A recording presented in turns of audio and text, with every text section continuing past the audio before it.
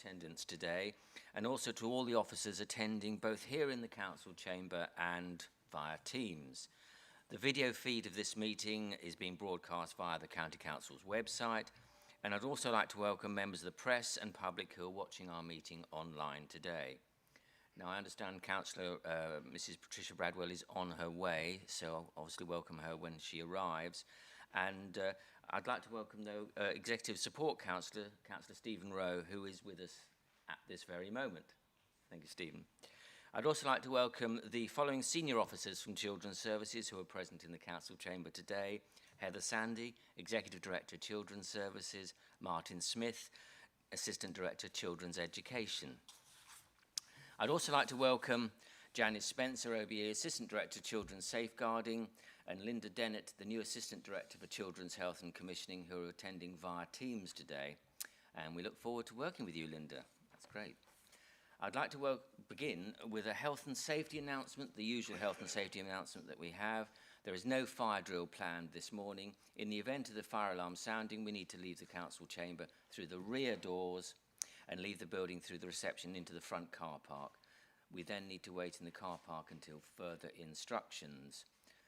Can I please remind everyone to ensure their mobiles and electronic devices are on silent, and also when invited to speak, can you please switch your microphone on? Otherwise, officers attending the meeting via Teams and members of the press and public listening to our meeting online won't be able to hear you. And if you wish to ask a question during the course of the meeting, can you please raise your hand? And my Vice Chairman, Councillor William Gray, will make a note of those who wish to speak. So let's move on to the business on the agenda today. Firstly, item 1, apologies for absence and replacement members. Rachel, I think you have the list. Thank you, Chairman. We have apologies from Councillor Kellum Cook, Miss Alex Sayer, Parent Governor Representative, and Joe Kavanagh, Assistant Director Early Help. Thank you. Item 2 is declarations of members' interests. Members of the committee are reminded that they only need to declare any relevant interests which have not been declared on their declaration of pecuniary interests form. Do any members wish to declare an interest? I take it as no. Right, let's move on to item 3, which is minutes of the Children and Young People Scrutiny Committee meeting held on the 16th of July 2021. And this is to confirm and sign the minutes from the meeting of the committee on the 16th of July as a correct record. Do I have a proposer?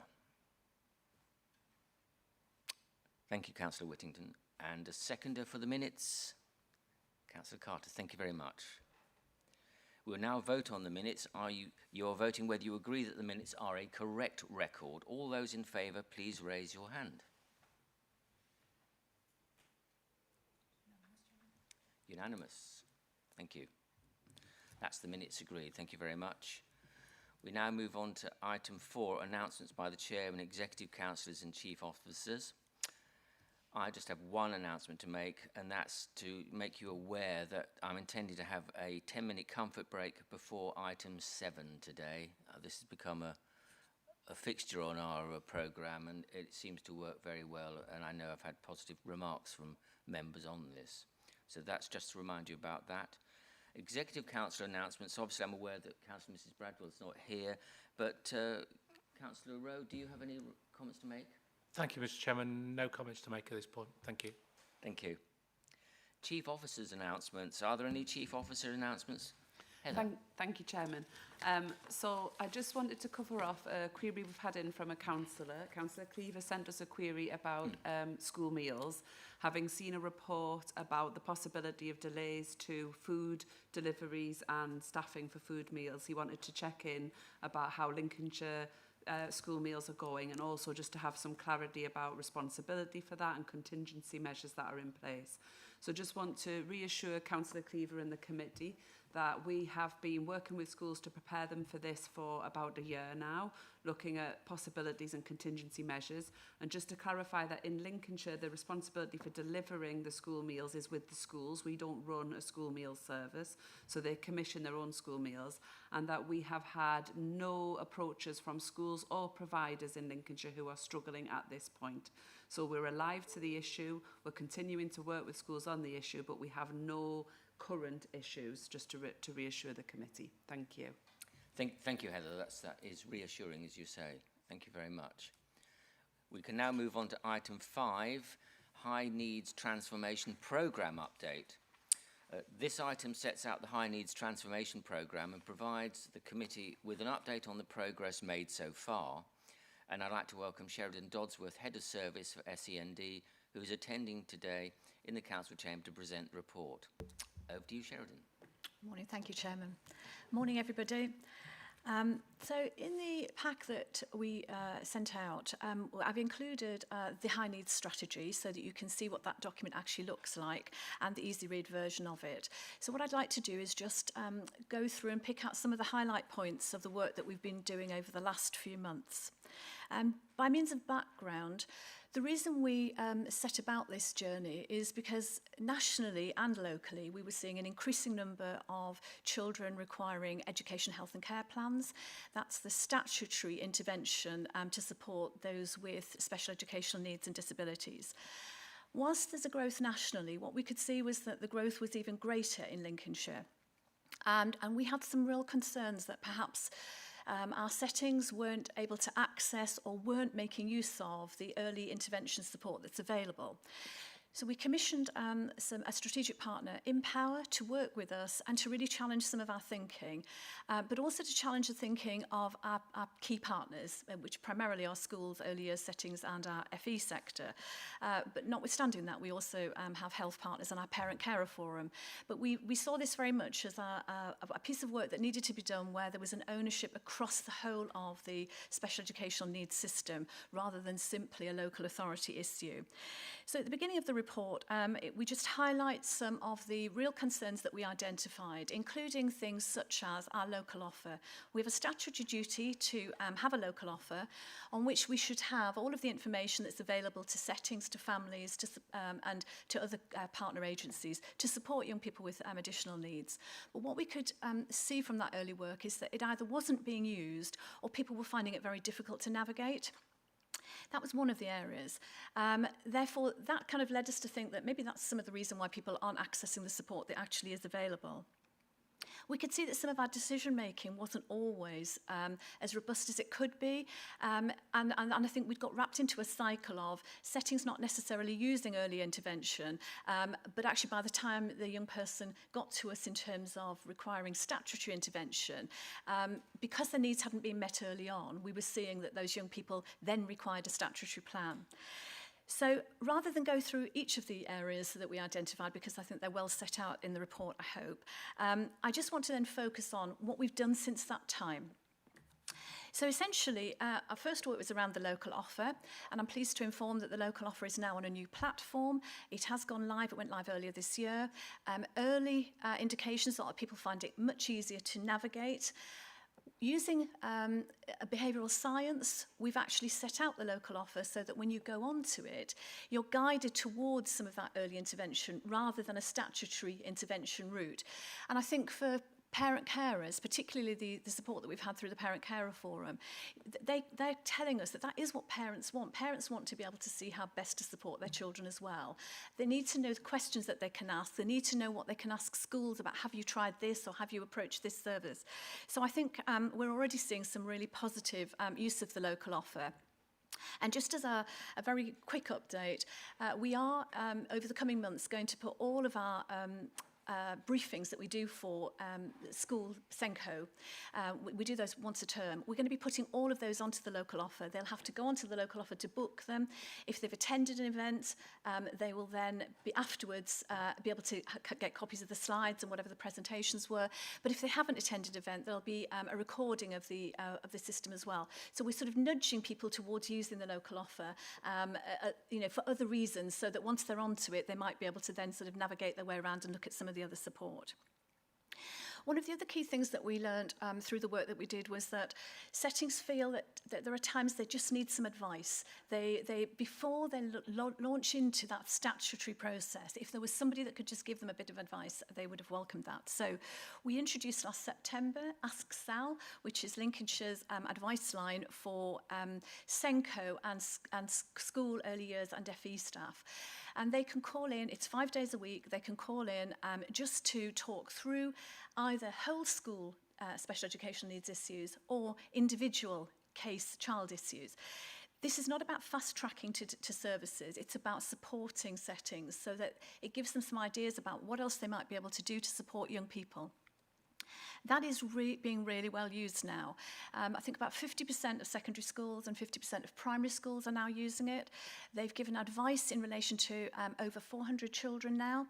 And I think probably the key element for us is that what we're seeing is of those settings that we're thinking of applying for statutory intervention, so applying for an education, health and care needs assessment, about 50% of them after the call are not going on to do that.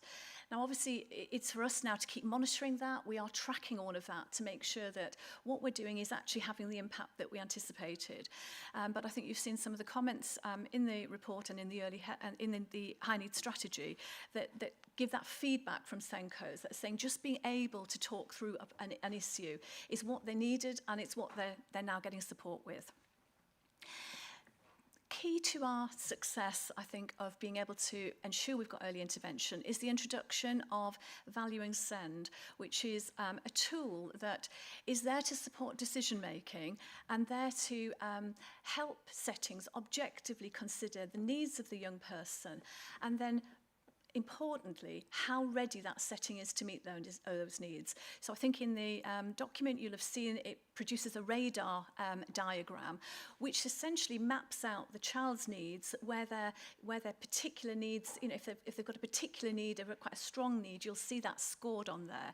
But they overlay that then with the setting's readiness to actually meet the needs of that young person. And I think what we're seeing already, the schools that are using it, some schools are really embracing it. Some of them are using it to plan all of their special educational needs intervention, how they map out their resources. But I think what we're seeing already through that introduction of that is settings are much more able to identify where they've got to worry and they don't feel they're able to meet the need.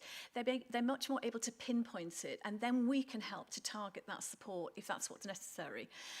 It also means that if the decision is still that a young person does require statutory intervention, all of that rich information that they've gathered beforehand is really informing that assessment work as well. I think in Lincolnshire we felt that although we'd had a document that was there to guide settings around what they should be doing to support young people at what we call a graduated approach, that early intervention where they're on SEN support in a setting. Although we had a document, it wasn't being well used. It wasn't something that was particularly exciting to read. So we have spent the last 12 months developing a new inclusion toolkit that mirrors the Valuing Send tool. So it's not a separate standalone document. It's something that it's intertwined so that settings aren't doing something twice. It's one piece of work. The inclusion document has been piloted with some schools and it will be launched in full over this coming term because we're digitalising it. What a lot of settings have said is they really, everybody's working in a digital way now. So we're just in the process of digitalising both the inclusion toolkit and the Valuing Send tool as well. But the purpose of that is to really set out what Lincolnshire's practice standards are for children with special educational needs. Because I think what we were able to see in the early work that we did around this is that there isn't always a consistency across the settings. And actually, when you're deciding whether or not to go into statutory intervention, it's really helpful if you can see that schools have tried everything that is available to them. We're very much working in a strengths-based way. I think early in the document you see that one of our worries was about exclusions of children and young people with SEND. Lincolnshire has a very good record, as you know, of having reduced exclusions, but we know that children with special educational needs are still disproportionately represented when it comes to exclusions. So a lot of the focus of what we're doing is developing that strengths-based approach, recognising what children can do rather than what they can't do. It's important to know what they can't do, but I think the focus is often on that deficit model. So through the annual review process, when a young person already has an education, health and care plan, we've been piloting the use of the Valuing Send tool with our strategic partner Empower to look at how schools can really take a step back and look at how well that young person has made progress. And if they've achieved some of their outcomes, it's about celebrating that they've achieved their outcomes rather than simply plodding on, having done an annual review, but making it a very sort of, just one of those things you have to do every year. It's actually about recognising success and then ultimately, if a young person has achieved their outcomes, ending their education, health and care plan. In Lincolnshire, as in many parts of the country, I don't think we know any other authority that does it any better than us, but it is often the case that young people only end their education, health and care plans when they end their educational career. And actually, if we look at that strengths-based model and we celebrate when young people have made progress and have achieved those successes, we should be able to end some of those education, health and care plans at the right time, earlier on in their education journey. The other thing that we were very keen to do, and we worked very closely with young people, is to recognise that for those young people that require special school places, it isn't necessarily the case that they need to be in a special school for the whole of their educational journey. There are some young people that will require special school throughout, but there are those that actually a period of time in special school with that higher level of support helping them to achieve their outcomes may mean that actually at some point they can move back to mainstream. In working with families and young people, one of their biggest worries is if they give up their mainstream place, what happens if they give up the special school place, what happens if mainstream doesn't work for them? And how do they get back if it hasn't worked? So taking that on board and listening to the successes of some young people that have made that journey, we've put together a transition protocol which supports up to a 6-month transition process from special school back to mainstream, so that at the point we get to 6 months, if 6 months is what is required, the young person and their family can feel confident that mainstream is going to work for them. So we've already got 4 young people who are going through that process, and we've got another 9 young people who we've identified as potentially able to transition over this coming year. We will only do that when it's right for the young person, when it's right for their family, and making sure that with the resources that we're putting in as an authority, we're giving the young person the best support they can to make that a successful outcome for them.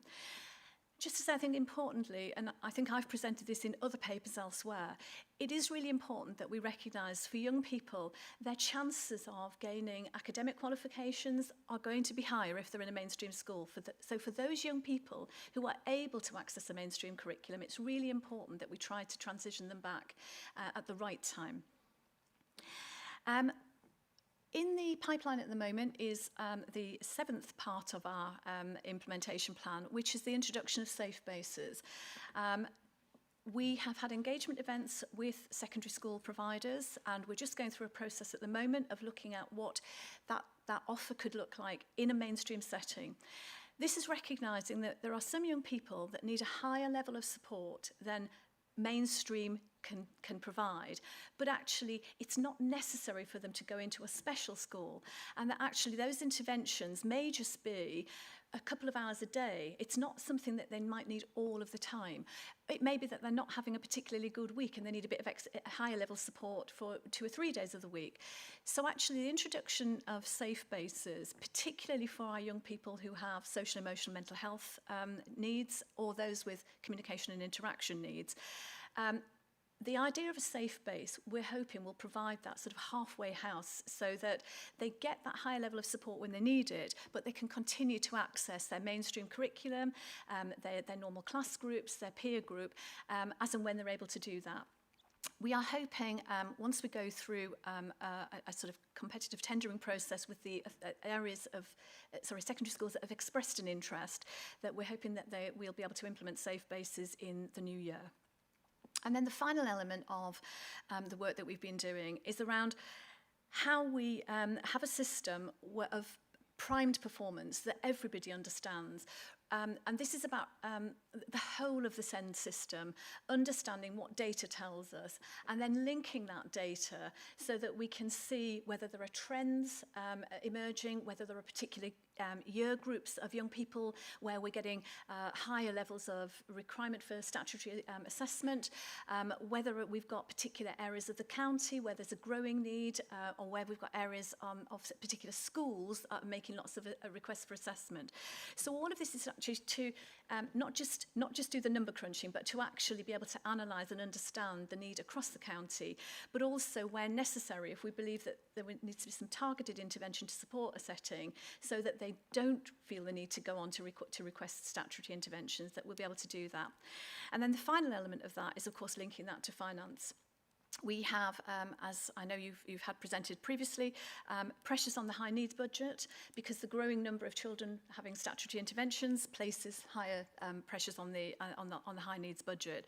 So we are developing much more sophisticated ways of being able to actually drill right down into individual child data to be able to see what individual children are costing, and then to match that against their progress and whether or not we can reduce some of that support, so that we're aligning the data with the finance. I think that's probably covered the main sort of summary and updates of what we've been doing. I realised there were quite a lot of papers in the pack, but that was largely so that you could see what the high needs strategy looks like, the early read version of it looks like. And also we wanted to include some case studies of some of those young people that have been working with us and seeing some of those successes. Thank you, Sheridan. It seems a very sophisticated approach from what I can see. I'd now like to invite members of the committee to speak on the report. Councillor Gray, do we have any speakers? Councillor Whittington. Councillor Whittington, over to you. Yes, thank you, Mr. Chairman. Thanks, Sheridan. Very comprehensive report, as usual. I mean, really, the only real question I've got, I mean, I'm guessing this is this complexity of this model.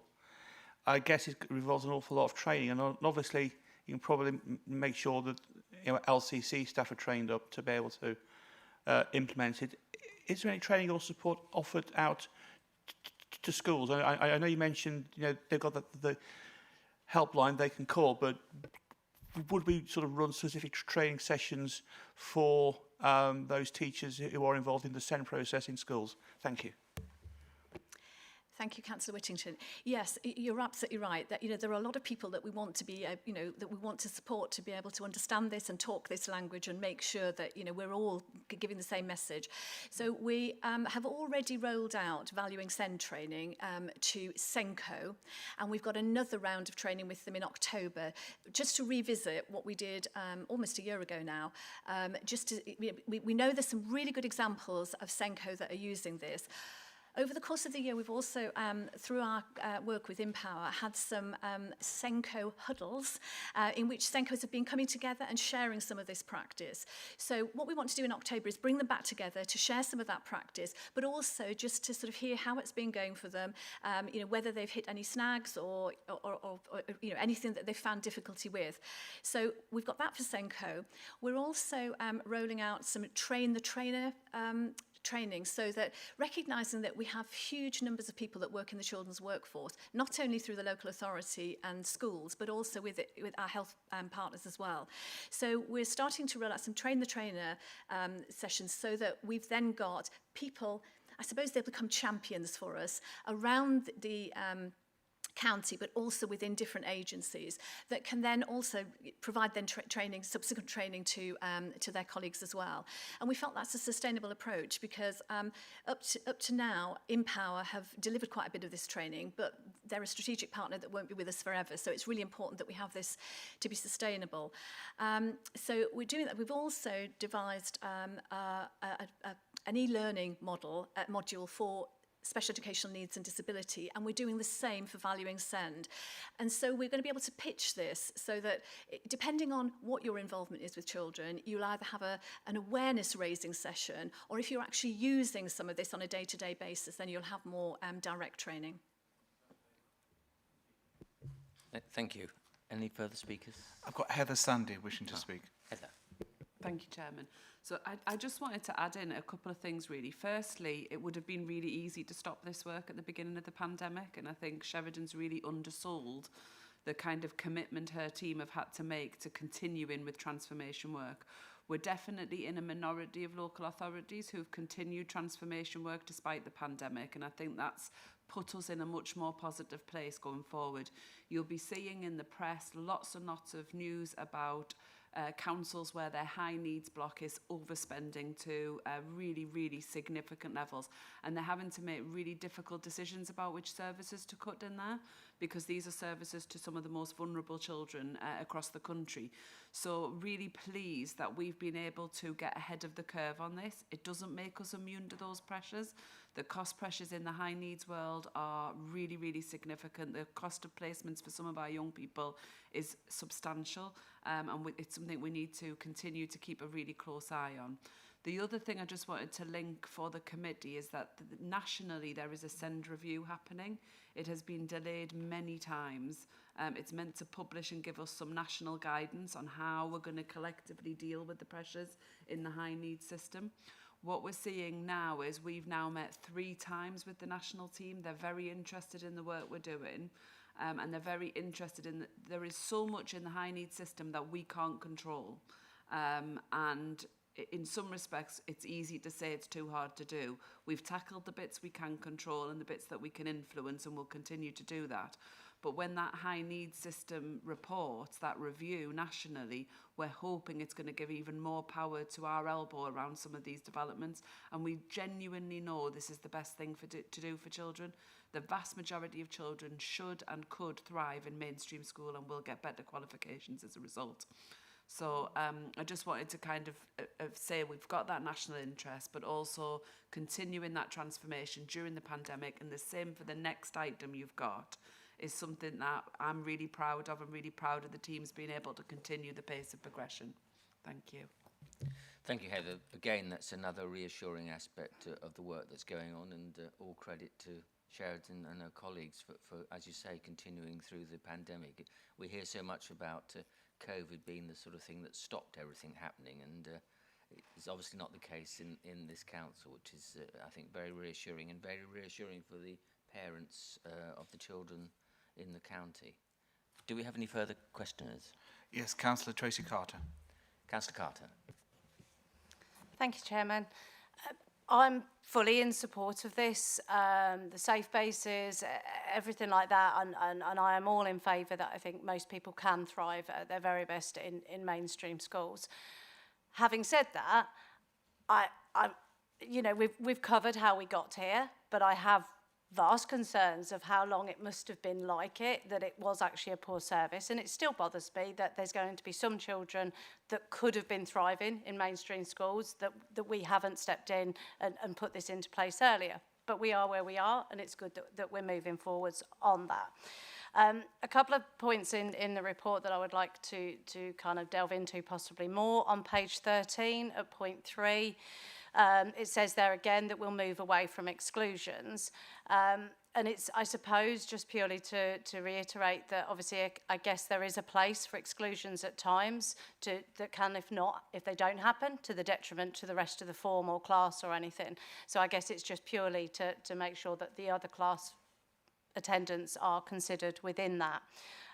On page 15, I'm normally good at maths, but I cannot get this maths to add up at all. So we've had 400 children supported through the SAL, Ask SAL. 75% of those calls resolved, but then later it says that 50% of settings indicated a request for assessment was a likely option, but we've prevented 60 cases progressing.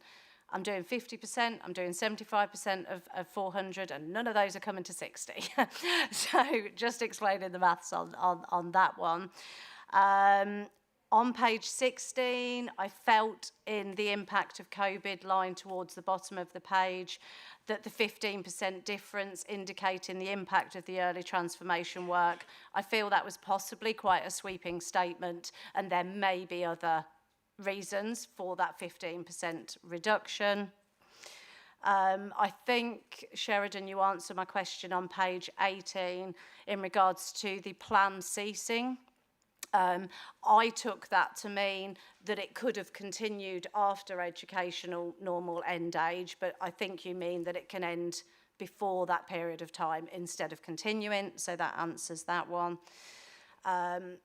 On page 20, it does say, sorry, page 15, it references the fact that we're measuring the people who originally asked at Ask Sal and didn't then go forwards to actually need an EHC plan. I would really hope that that is one of our sort of performance measures still going forwards in regards to that. And then I have got some comments in regards to the plan, but I'm going to shut up and then maybe come back once others are finished. Thank you. Can I take the first one? So just in terms of how Yep. long the service was poor, can I just clarify the service has been a high-performing service. This is transformational work. So Ofsted inspections for SEND started 4 or 5 years ago? Was it 4 or 5 years ago, Sheridan, the SEND inspections? 3?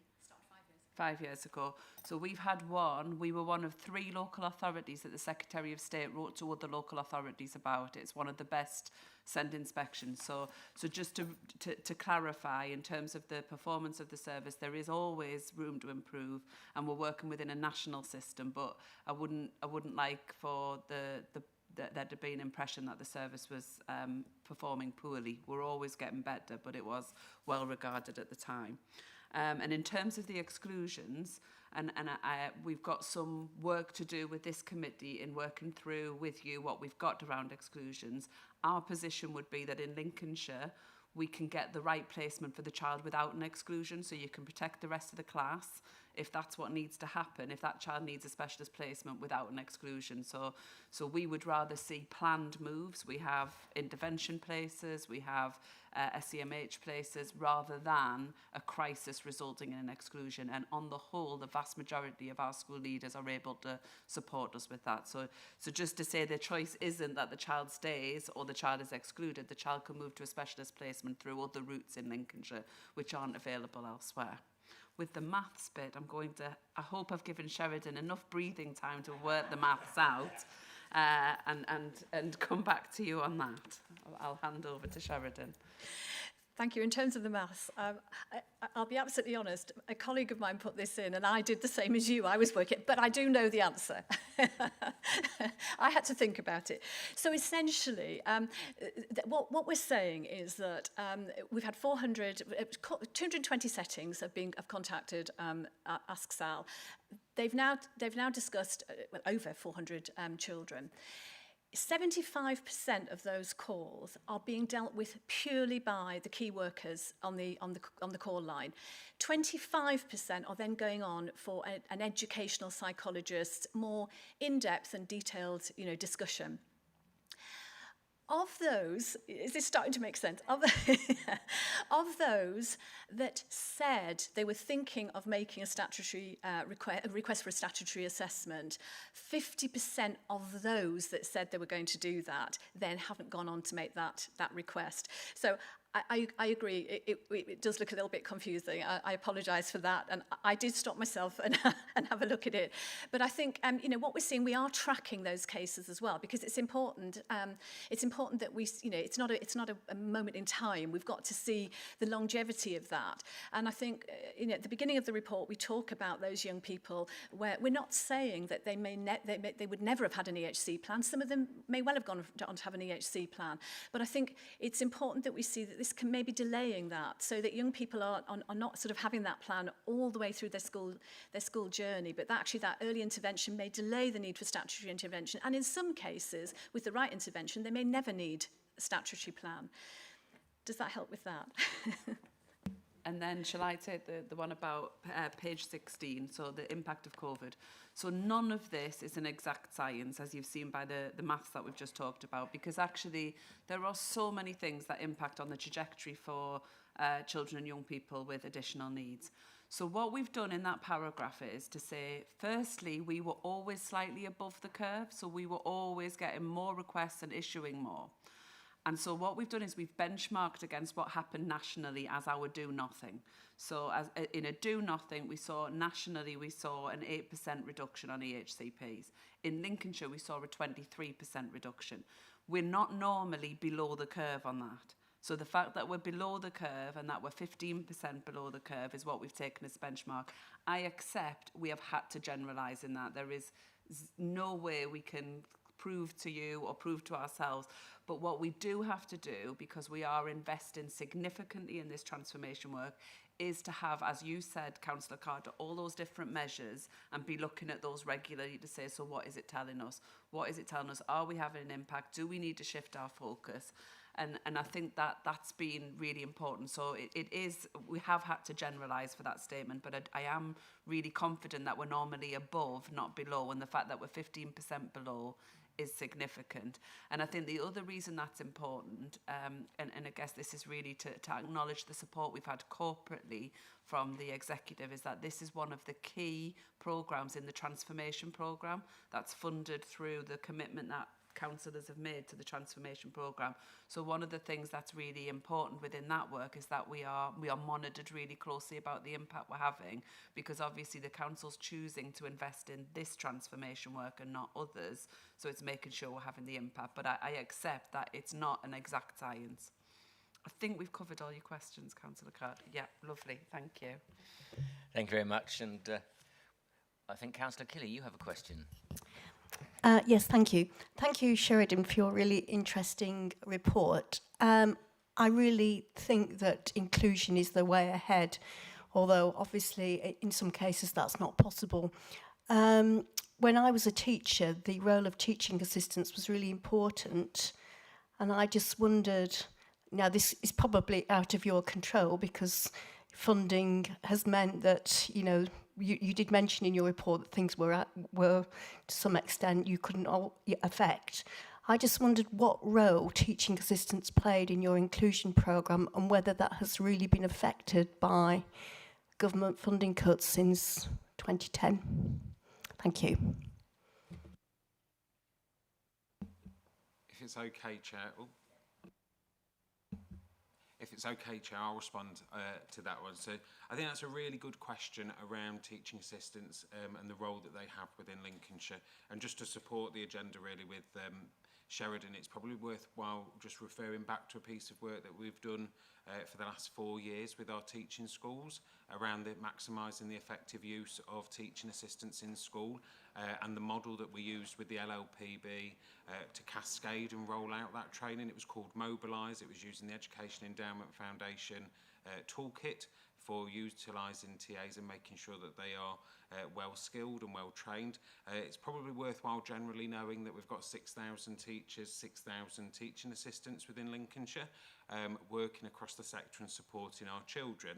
And it's also worthwhile noting that from September onwards with the Teaching School Hub that there will be pathways and programmes being introduced by the DFE funding for those teaching school hubs to support teachers, school leaders, executive leaders and teaching assistants, again based on the evidence base by the nationally researched programmes that are published frequently by the EF.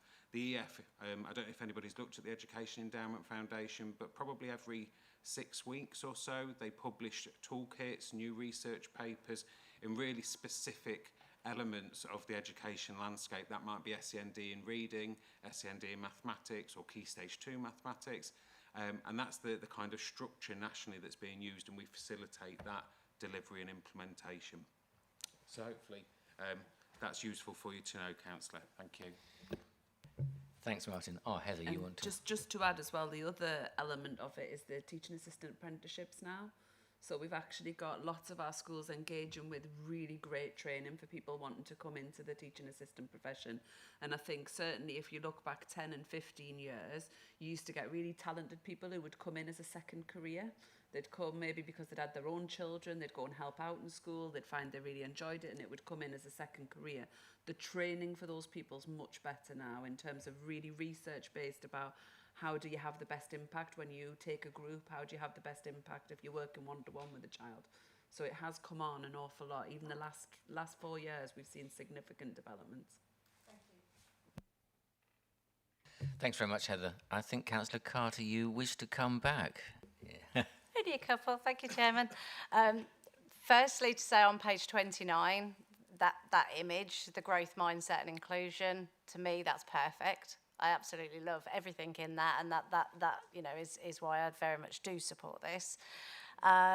On page 32, again, as we endeavour to move away from labels, again, something I'm very much in favour of, I don't understand the funding in regards to schools. I was under the understanding that there is funding attached to particular labels and situations.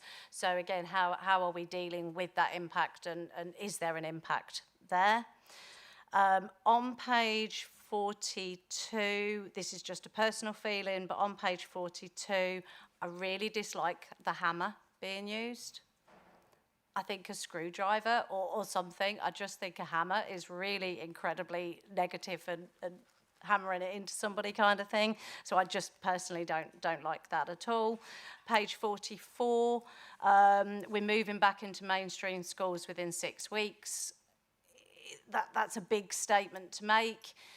Is it right to set that kind of deadline onto something that again possibly doesn't always mean it's going to be a good thing for the child involved? 47 was to say, absolutely, I see all the strengths in the bottom left hand of that page. I think it's a brilliant case study and showing all the strengths. I then turned to 48. I'm not seeing strengths in that. For this to be a case study as an example, it's saying there about Tom struggling to support him with his, parents are struggling to support him with his diet and behaviour at home. I would see a strength base to be very similar to the one before, that they're doing cooking lessons or something like that, in the same way as the photography's been used in the previous one. So I'm not seeing this as a good example of a case study personally, and not really exploring those strengths enough. And my only final comment is on page 49 in regards to Ollie. Where was the decision made for him to start at the special school when actually sort of the noises seem to be that wasn't the right way for him to go? So where was that decision made for then later him have to then make that change again? And that's it. Thank you. Thank you. Heather. I'll make a start, and you might have to remind us. I tried to make notes, but there's quite a lot. I completely agree with you about the hammer. It's a really good point. That's why it's helpful when we get a different set of eyes on it. That's really helpful. Your first point, just remind me of your first point, Councillor Carter. About the labels. The labels. So no, the funding's not connected to labels. The funding's connected to need. So the EHCP is assessed on need, and there's scales of need.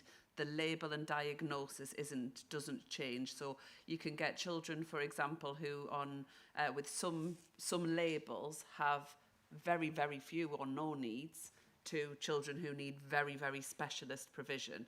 So actually that doesn't, it's not attached to the label, it's attached to the need and the articulation of the need through the reports by the specialist.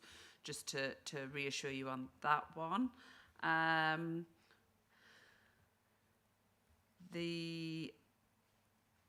Remind me of your next, I'm ever so sorry.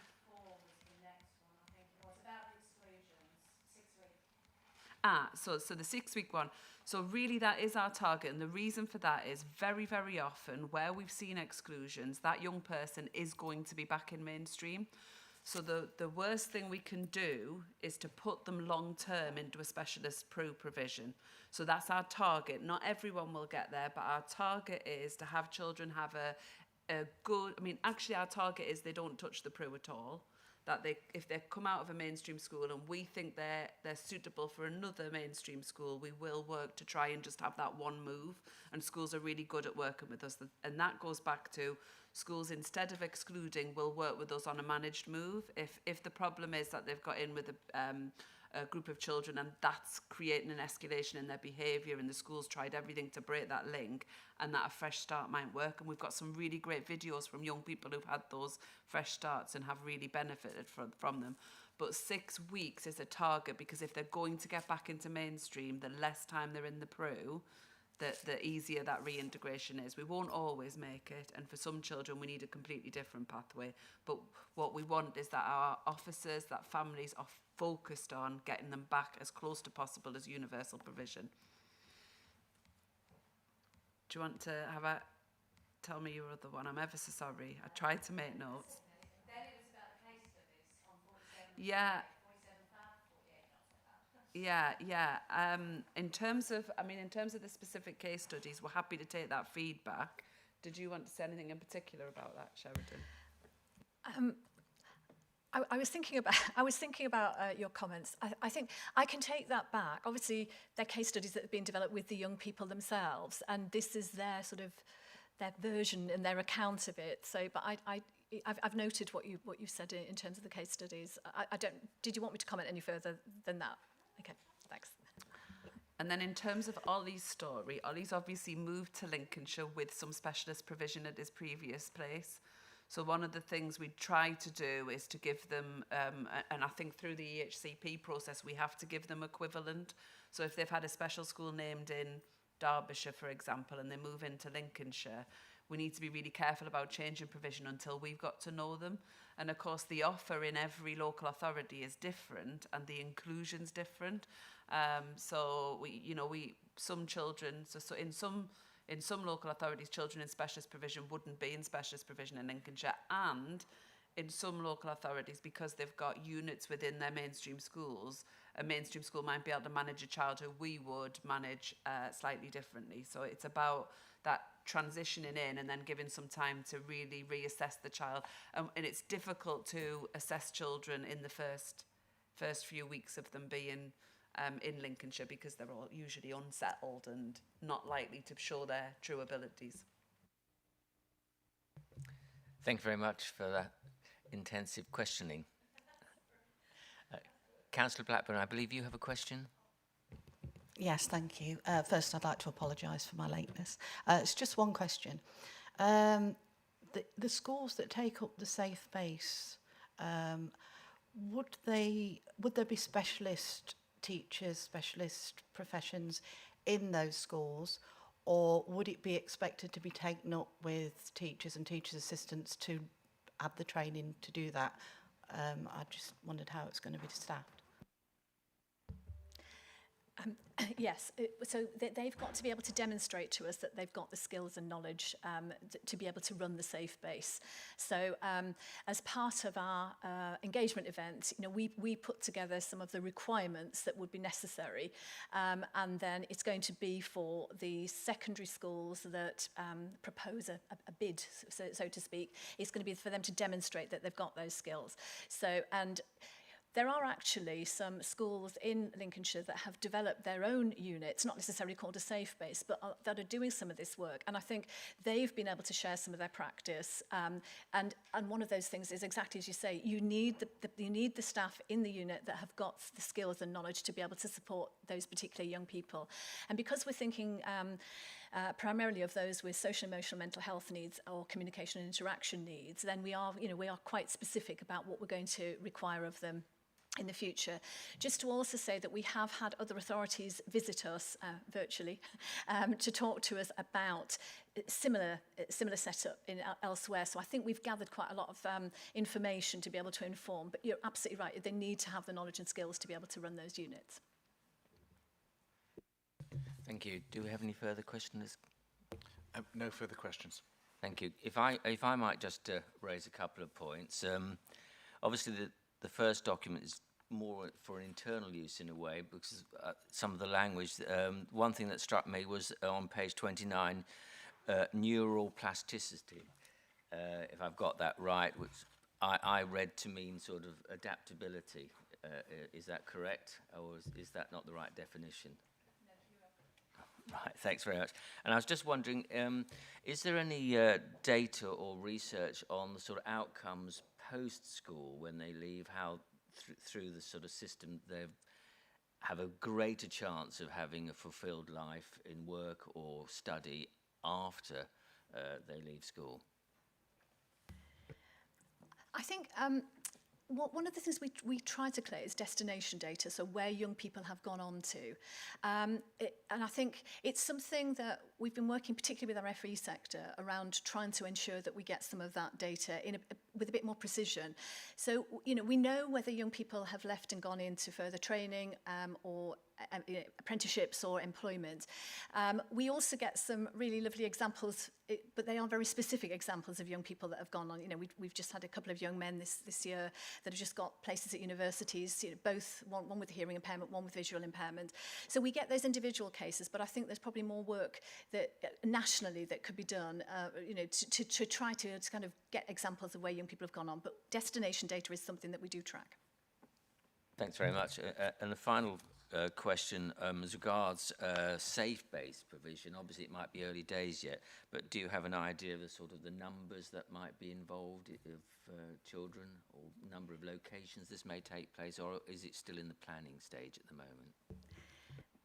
So in the initial stages, what we're hoping to do is set up a safe base in each locality, each of the 4 localities.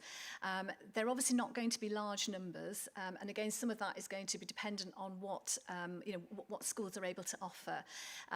So we're not nailing it down to any individual number of young people. Some of it will, I think, largely depend on what the secondary schools are able to offer when they put forward their interest. But obviously we need smaller units to be able to give that sort of more high-level support.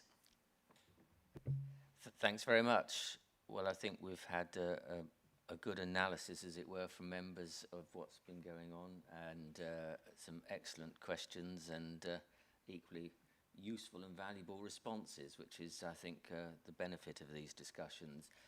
The actions that were required of this committee are to seek assurance regarding the purpose and progress of the High Needs Transformation Programme, and therefore I propose that the committee receives the report and has been assured of the purpose and progress of the High Needs Transformation Programme.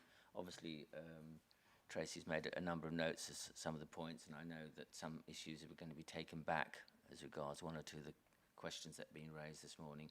So can you please raise your hands if you agree with that? Thank you very much. That is agreed. And thank you, Sheridan. We now move on to item number 6, which is the Children in Care Transformation Programme update. And this item sets out the Children in Care Transformation Programme and provides the committee with an update on its progress.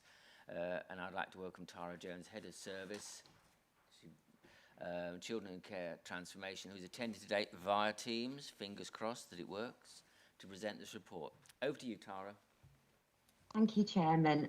Good morning, everybody. I'm delighted to provide an update on the progress of the Children Care Transformation Programme since July, when I was last here. So just as a bit of a background and a reminder, as you know, we've got a children's services system that's working incredibly well, and a children in care service which is outstanding.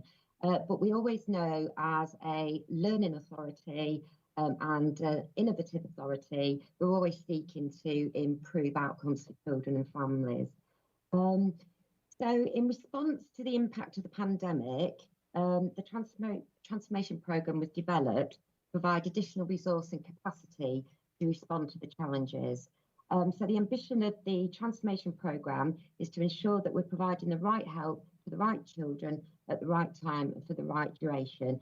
And it takes a look at the child across the whole journey. So from real early intervention and early help right through to children in care and care leavers.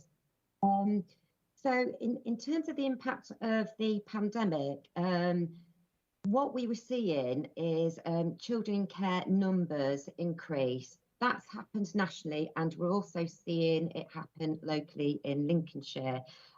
Because of the challenges around family networks not being available during the pandemic, because of foster carers self-isolating, the capacity in-house to provide placements for children locally was reduced. Hence, we had to rely on the external placement market and commission quite costly external placement provision for children looked after. Hence, we saw a rise in the cost there. So the programme is responding to these challenges. So in terms of the work streams sitting under the transformation programme, we undertook a number of diagnostics with partners, with stakeholders and internal staff to look at opportunities and barriers that the transformation programme might address. So we came up with 5 work streams. The first work stream was the residential estate expansion. The second was the value in care approach, and it's very similar to what you heard Sheridan speak about the value in send tool. The early help strategy, our practice excellence work stream, and the rethink fostering. So to begin with the early help strategy work stream. So again, this is around identifying what we all need to be doing across every part of the child's journey to prevent that escalation of need and improve outcomes. So as we know, our early help offer is very mature. It's a good offer to children and families, and it's very strong. We have excellent sign up with our partner agencies. But the transformation programme provided a timely opportunity to refresh this, particularly in light of the COVID-19 and in terms of how we recover following the pandemic. So through a series of engagement workshops, surveys, consultation with partners and with children and families and internal staff, we produced our first new refreshed early help strategy. It's a really co-produced document. It's really strong. It talks about everybody that works with children and families. It's their responsibility to support children at the earliest opportunity to prevent needs from escalating. So it's not the one responsibility of one single organisation. So where we're at is that the strategy was approved at Executive DLT on the 12th of May. And the final approval of the strategy was received by the Lincolnshire Safeguarding Children's Partnership Strategic Management Group in June 21. We are having a launch for the early help strategy. We're starting in early November with a launch for the senior leadership teams across the partnership, followed by launch events for all of our staff and external staff. And that will be on a locality basis so that we can help to really strengthen and support those networks. So the next work stream is the practice excellence work stream. So this really looks at our existing practice frameworks, all the tools that support us to work with families, and we have had to adapt and work with families in a different way during the pandemic. So we've looked at the learning from that, and the Practice Excellent work stream has made significant progress in respect of a number of areas. So Sheridan talked about champions. We've had a refresh of our champions model, and our newly defined champions model supports the rollout of our family finding training, our signs of safety, our restorative practice, and also very recently our value in care approach. All of our signs of safety workshops have been refreshed, and they're currently being delivered now. We've updated our practice expectations document, which is a guide to practitioners working with children and families. We've also produced the Caring Promise for our children in care. That was produced with children. And we have also devised our emotional wellbeing trauma pathway, and that rollout will be further on in 21 and 22.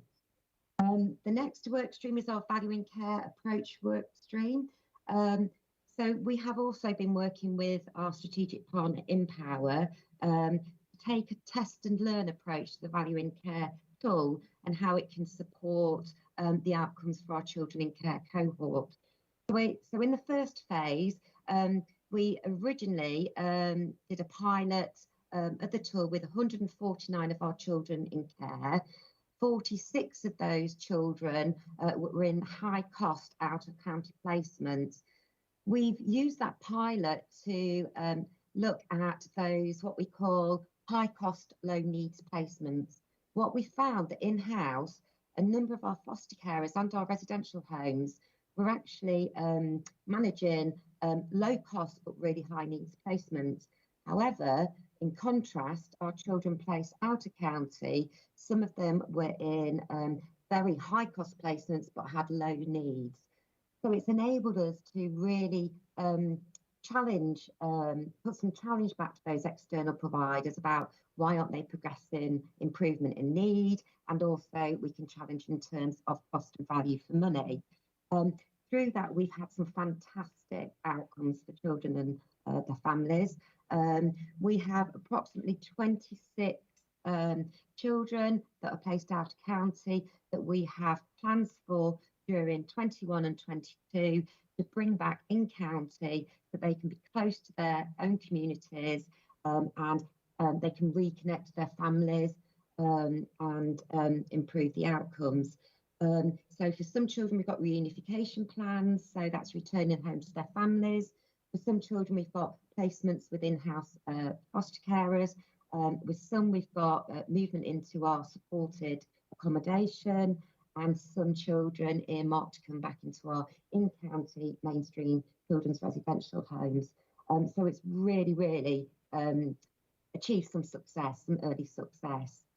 Because of the success of the children in care approach, we're now piloting it at children at edge of care, and we're also piloting it within our foster carer assessment. So that's foster carers going through the approval process to be a foster carer.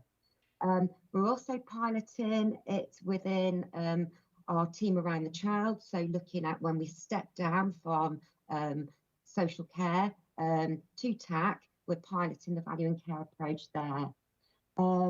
We've also been able to refresh our out-of-county placements meeting to create a placement management meeting which tracks all of those children placed out of county in order to monitor the out-of-county spend, but also those trajectories for returning children, young people back into Lincolnshire.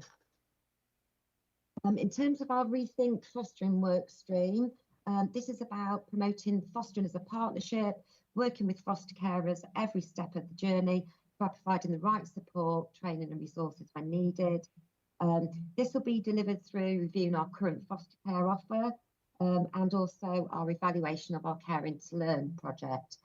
So the progress that we've made so far, so you'll recall that the Caring to Learn project was originally funded out of the Partners in Practice money that we received from the Department for Education.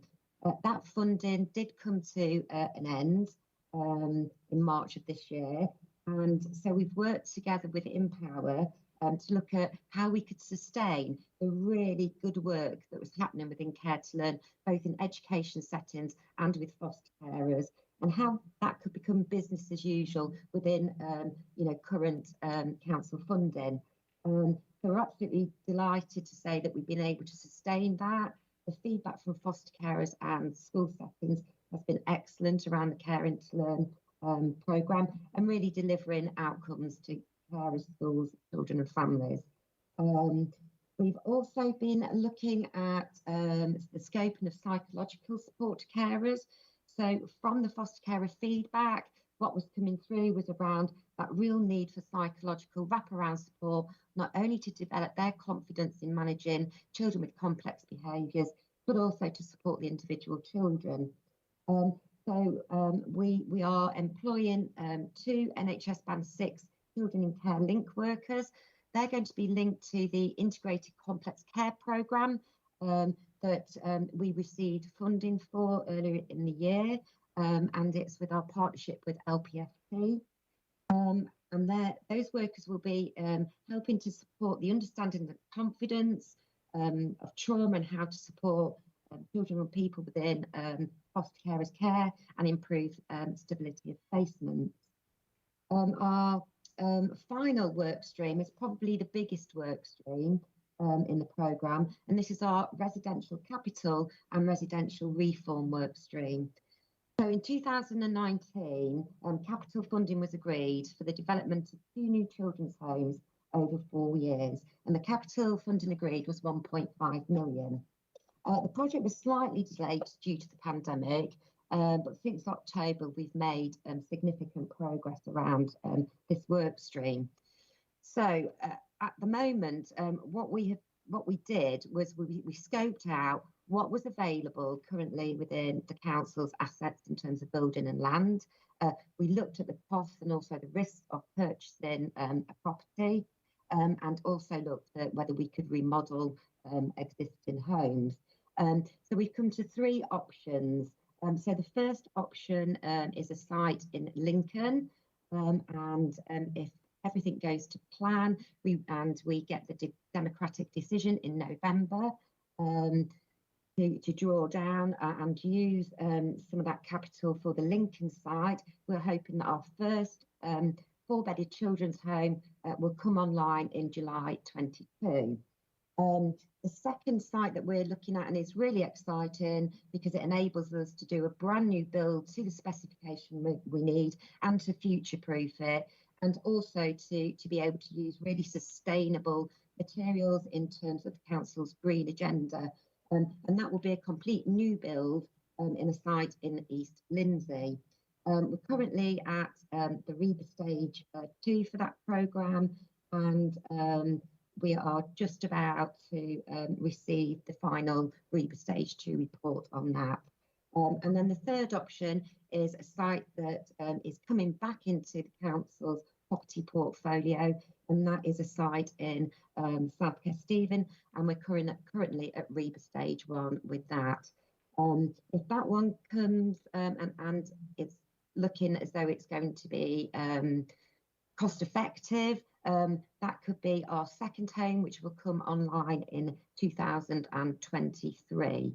So really excited about that, and it will increase our capacity in-house, and it will also prevent children from being placed at a distance in these externally commissioned placements. So that concludes my report. Thank you. Thank you very much, Tara. Do we have any questions? No one indicating no. Oh, sorry, Councillor Carter. Hand's just gone up. Councillor Carter. Thank you. Just on page 58, it says about this will be delivered through reviewing our current foster care offer, the development of a fee-paid scheme and the valuation of Caring to Learn. Just kind of a little bit more info in regards to the fee-paid scheme on there. And then my main other area is in regards to still the referral system. So if we kind of look at the document from page 70 to 74 onwards, I briefly raised it at one of the briefing sessions. I think probably, Heather, you probably remember. My issue is, who is the partner agency? So if it's a school or someone like that who has the skills to be able to take this forward, then absolutely, and that becomes part of their role to do it. But if you look at the graphs on page 72, 73, 74 onwards, we're not involved in most of these stages, or it certainly doesn't appear like it. And so you on page 72, if they've got any concerns about safeguarding, ring the customer service centre. That's not us identifying any safeguarding issues. Page 73, it's one professional takes the lead, but it does say that we identify that the family needs support from another agency and setting up the team. My concern is if this is referral partners who are, I don't know, housing officers or anybody else who actually are not there to fulfil their role with the child, then actually, why should this become part of their job? What we need is that referral process to be very easy and for people to not be deterred. If a housing officer, for example, referred something and they're actually involved in all of this, doing the report, setting it up, they've only noticed something. Surely at that point, it's raised to you guys as the professionals, and you guys pick it up and take it from there. Okay, I'm happy to take that one. I don't know, Tara and Janice might want to chip in. So on every page of this strategy, you'll see there's the red button that says, have you got a safeguarding concern? Call that number. And that number is where we assess the level of the safeguarding concern. If we think that that safeguarding concern reaches the threshold where we should be involved, we would be involved. We would then work through the other elements of our strategy which go beyond early help. So it might be that we would do, we certainly might do an investigation, we might establish a child in need status, and obviously you know the escalation process we can go through. And one of the things we talked about at the induction session we did is that pyramid, you don't have to work all the way through it. If those concerns were significant enough, we can take action with the courts immediately. So just to reassure you, anyone who calls that safeguarding line, that although the line is delivered through Serco, we work really closely. That's our teams working alongside them to do the assessments of the concerns that people have got. What's really important, though, is that we don't swamp our safeguarding system with concerns that are early help, because safeguarding is everybody's responsibility. That can be schools, it can be housing officers, and lots of the calls we receive are people wanting to do a referral so that they've shared that information with someone else. Sometimes that information, whilst not hugely significant in its own right, fits with a jigsaw of information we already have about a family, and that will trigger a response that you might not see with another family, which is why it's really important for us to see that in the round and to complete that assessment through those calls. But one of the worst things we can do is to take everything on into our teams, because it means the caseloads in our teams would be unmanageable, and that would make the system unsafe. So if we felt that the concern that was being rung through needed our involvement, it reached our threshold for us being involved, we would be involved. And what we do regularly is we review those thresholds, Ofsted inspect those thresholds to check we're getting involved with the right families. But it is dangerous to the safeguarding system for us to get involved with families we don't need to get involved with, because it means we have too much work and not enough capacity to do it. Across our partner agencies, obviously everybody's made a commitment, so the district councils, the police, our health colleagues all have a responsibility for safeguarding both adults and children, and it's important that that safeguarding comes in at the right level. Do you want to come back, Councillor Carter, did you say? Please, thank you, Chairman. I appreciate everything that you're saying, but if, for example, let's say a police officer, a housing officer, whatever it may be, makes that contact in the first place because they have a concern, you know, be it whether it was as a councillor or whatever, if I as a councillor raised it, then I wouldn't expect to then be doing the assessment of a child and be involved in it. So if it's not expected of me, who wouldn't really know the ins and outs, what an assessment would need. But actually, why would a police officer or a housing or whoever it may be? I understand you can't be swamped. I absolutely appreciate it. But actually, at what point do we intervene? At what point do you actually get to see that child? Because actually, by this, it's looking that the sheets are emailed through, the reports are emailed through. So at what point do we have contact with the child? And surely, by the fact that we're even in this process, means that there is, or may be sometimes small, there is still a safeguarding concern, because they wouldn't be doing a report in the first place. So I still have concerns. Okay, so I understand, I do understand what you're saying. So firstly, the police are one of the statutory safeguarding partners. So they are trained in safeguarding. They absolutely have the professional training to be able to undertake those assessments and to do those referrals through. I also think the reason we wouldn't ask you as an individual to do that assessment is that you're not a professional and you don't have that same level of responsibility. You're absolutely right. For some families that are involved in early help, we will not get involved. We absolutely will not get involved, and we will not have the legal right to get involved, because the level of the safeguarding concern is not enough to trigger statutory intervention by the local authority. So we will never meet that child. As a head teacher, I did early help with loads of children who never needed to meet a social worker. But I used the early help system to coordinate the help that I was given around that family for a 6-month period, for a year period, and that's the right thing to do. I think what might be helpful, I guess, is for you to do an offer for you to come into our customer service centre so that you can hear the types of calls that we're receiving. So some of them are really low level. Some of them is a professional wanting to chat that through. This is what I'm doing. Is that the right thing to do? Some of them obviously are really high level concerns, and you'll see the action that gets taken there. But actually really important across the country, one of the things that's acknowledged is keeping your front door robust is really, I cannot emphasise how important it is. It is right that our partners work in the early help arena without us having to see those children. Families don't need multiple professionals coming to see the child for seeing the child's sake. You know, we absolutely trust our partner professionals when they're working in that early help arena. They know the family really well. If they're concerned, they can escalate that again. and they can come back to us. And the same happens the other way around. Often we're working in the social care arena, and that can de-escalate down into early help. And that's where we see that progression back to universal services for families. So I think if we offer, because I know you've raised this concern before, if we offer to take you into the customer service centre so you can see how that works and why it's really important that we don't go and visit every child that we receive a call about. Thank you, Heather. One more comeback and...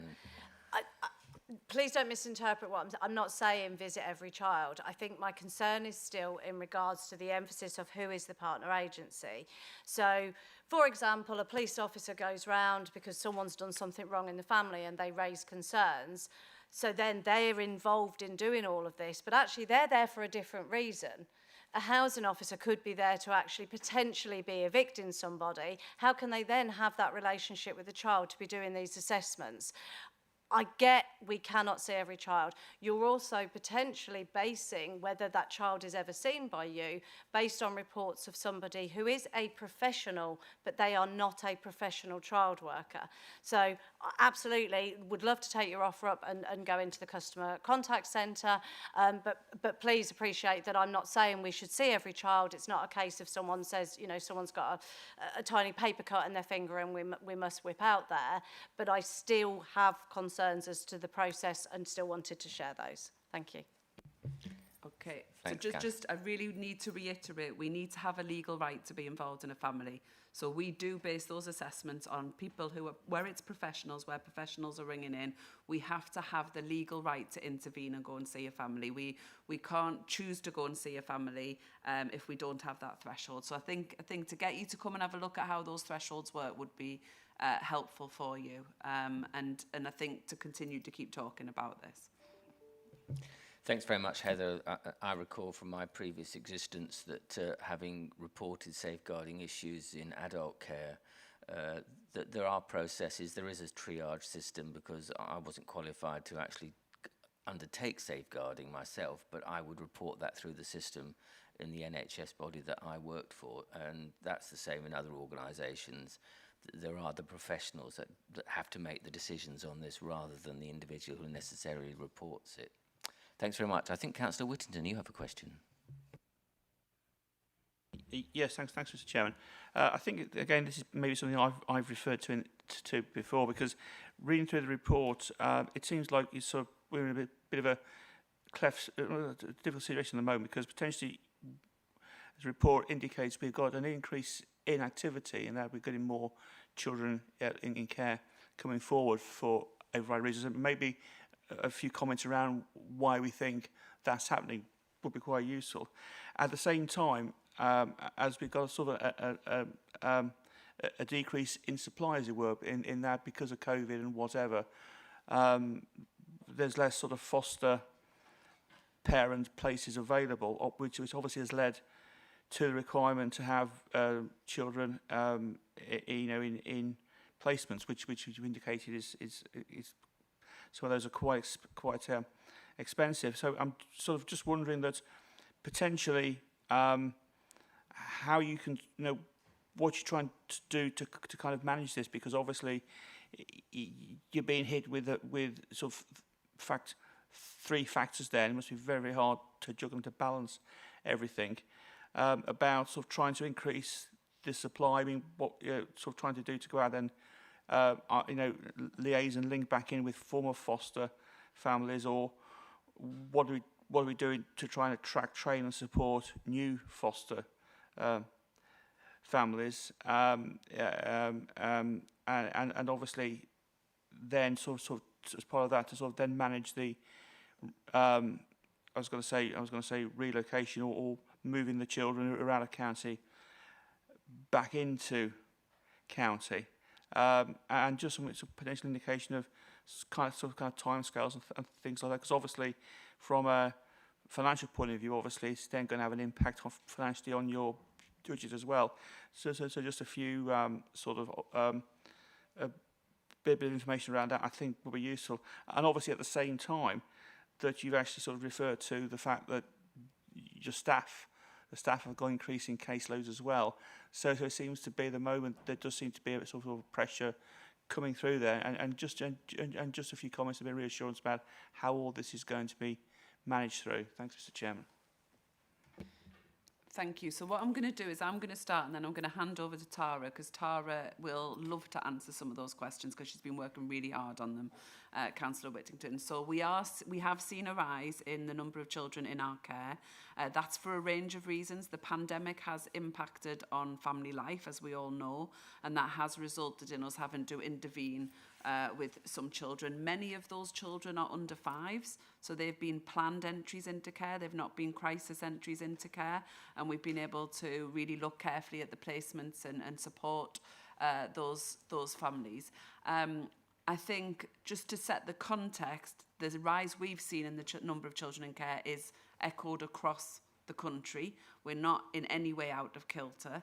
And also we're still very favourable in terms of the number of children we have in in-house fostering.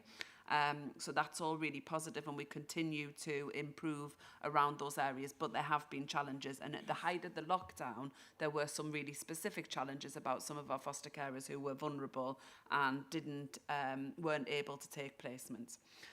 What's really important, and I guess just before I hand over to Tara, you're absolutely right, Councillor Whitten, and you know the finances.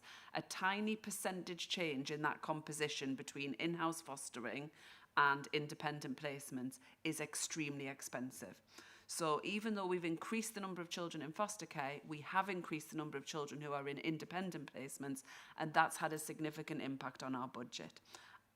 We've been protected because the government has seen that and has given COVID grant funding, and the council has allocated COVID grant funding to allow us to manage that. The cost per placement has gone up significantly over COVID, as the number of children in care needing a placement has outstripped the placements available. So we are, in effect, competing with other local authorities who need to place children, and providers are able to raise their prices in response to that. And that's going to be really hard for us as a system to reset, because they've been used to getting that level of funding. And so post-COVID, the idea of them saying, well, actually, we can go back to those prices before in a provider's market is unlikely. So we're doing a range of things, and this is where I really want to, if Tara can come back in, because Tara has worked incredibly hard on our response to those challenges that you've articulated. Can you come in, Tara? Yeah. I just wanted to say, absolutely, this is against a national backdrop. And what I'd really like to say is the transformation programme actually started prior to the Department for Education's Case for Change care review, and almost everything that Josh McAllister has identified in his early reports, this Lincolnshire transformation programme is responding to. So it is around the national shortage of foster carers, the increase in children coming through with complex needs, the external marketplace and the rising costs, and also around actually not breaking relationships when we bring children into care and we need to care for children. It's actually supporting those relationships. So in terms of progress we're making, what we're seeing now is the increase of family networks being available for children and families that weren't available during the pandemic because of the restrictions and the lockdowns. So right at the earliest stage, when we have concerns around a child and there's a potential that we might have to intervene in terms of care proceedings, etc., we always start with the family network. Who's in that family? Who's in the extended family? Who are the friends and family? So we built upon our family group conferencing into every child will have a network. Every child will have a network meeting. Every person in that network will be supporting the safety plan around that child. So we have great success in terms of placing children who need care with their networks under kinship arrangements. So we're starting to see networks come back and be really actively involved in children's lives. We are now starting to see our foster care applications start to come in, and we've got a number of new foster carers who will be presented in November following their assessment to the fostering panel. We've really listened to what foster carers have said around the impact of COVID-19. We've seen foster carers engage much more in terms of the fostering community using online support groups, using the Care to Learn sessions that are online. So we've really maximised the feedback from carers into developing those further. Listen to them absolutely. What they were saying in terms of retention and what mattered to them in terms of support was that psychological support around being confident in managing children's trauma. And we have seen an increase because of the impact of COVID on children's emotional mental health. But we're really pleased that we've received the funding from NHS England, and we are delighted to be putting and developing our integrated care programme together. So the children in link workers are the band 6 nurses. They will be dedicated to children in care, supporting foster carers and also supporting the children's homes. In terms of our response to a foster carer picking up the phone, we cherish every single moment of that call. We're really robust in following up, answering any questions. If we decide it's not the right time, we keep their details and we make contact with them periodically to see if things have changed. Is there anything we can do to support them, etc. And I think our Ofsted inspection report absolutely highlights the outstanding service that we provide to foster carers. But it is, again, as I said, against a national backdrop of a national shortage of foster carers. So I think I've answered all of the questions that I made note of. Thank you, Tara. Did you want to come back, Councillor Whittington? Thanks, Mr. Chairman. Thanks, Tara and Heather. I think that's, for me, that's quite reassuring to actually know that the number of foster applications is sort of back on the increase, because I certainly know somebody who's been through the adoption process that it's really, really important for children in care to sort of have sort of those long-term placements, because actually the last thing you really want with a child who's already suffered a great deal of trauma is to have a whole succession of moves. It's best to sort of identify, if you possibly can, you know, long-term fostering or adoption. And obviously sometimes foster placements and also adoption placements, and sort of Heather and Sheridan will know, sometimes do, and Tara will know, sometimes do fall through for a variety of reasons. So I'm really pleased that there is support in being put in place to actually support foster parents. Because sometimes, I know from personal experience, when we adopted, sometimes you get some behaviours, and it was great because we had a number of other people who had adopted children from our son's sibling group to actually talk to them, to actually sort of, and they were coming back with, we're experiencing the similar sort of issues and problems. So sometimes it really is good to sort of have that support, so you can talk to people and talk back with the professionals, because quite often that level of support can actually make the whole world of difference between a placement sort of unfortunately failing, or a placement sort of being helped to stay in place, as it were, because obviously the last thing you want to do with children once you're in a placement is to disrupt that. So I'm reassured by the answers I've received. Thanks, Mr. Chairman. Thank you, Councillor Whittington. I believe Councillor Cleaver, did you have a question? Thank you. On page 56 of the report, there's a reference to a language audit. Please, could you explain what that is? Thank you. Yes, certainly. If you recall, we used to refer in reports to looked after children, and we used to refer to looked after children having contact with their family. Actually, we did a huge piece of work with our children in care around what that language meant to them, and actually they didn't like the terminology looked after children. They wanted children in care. They were children that were being cared for. And also, why would you call it contact? I'm having time with my family. And so we consulted with children and we changed contact to family time. So it was really listening to young people and what they were saying, and also listening to the national research around language and children in care. So we have made some changes to how we refer to children and their journey through the care system. Thank you for that. Thanks, Tara. I seem to remember going to a meeting with young people who were in care and them giving their opinions on some of the language that professionals used, and that's led to the changes, if I remember rightly. Do we have any further questions? No further questions. Thank you. I just wanted to pick up on the development of the 2 new children's homes. I think this is obviously very much welcomed, and I look forward to having reports on the success of the project at a future meeting. I think that would be great to have an update on that, and hopefully one day we may even visit it. Yes, Chairman, that there'll be statutory key decisions, so they'll come through this scrutiny committee and also through resources in terms of the allocation of the funding. So there'll be opportunity to really see in detail what we're doing. And the other thing to say is in terms of some of the work that Tara's talked about, some of those papers go in much more detail to our corporate parenting panel, and it might be that we circle those papers to people on this committee just so they can see them. Yeah, that'd be great. Thanks very much, Heather.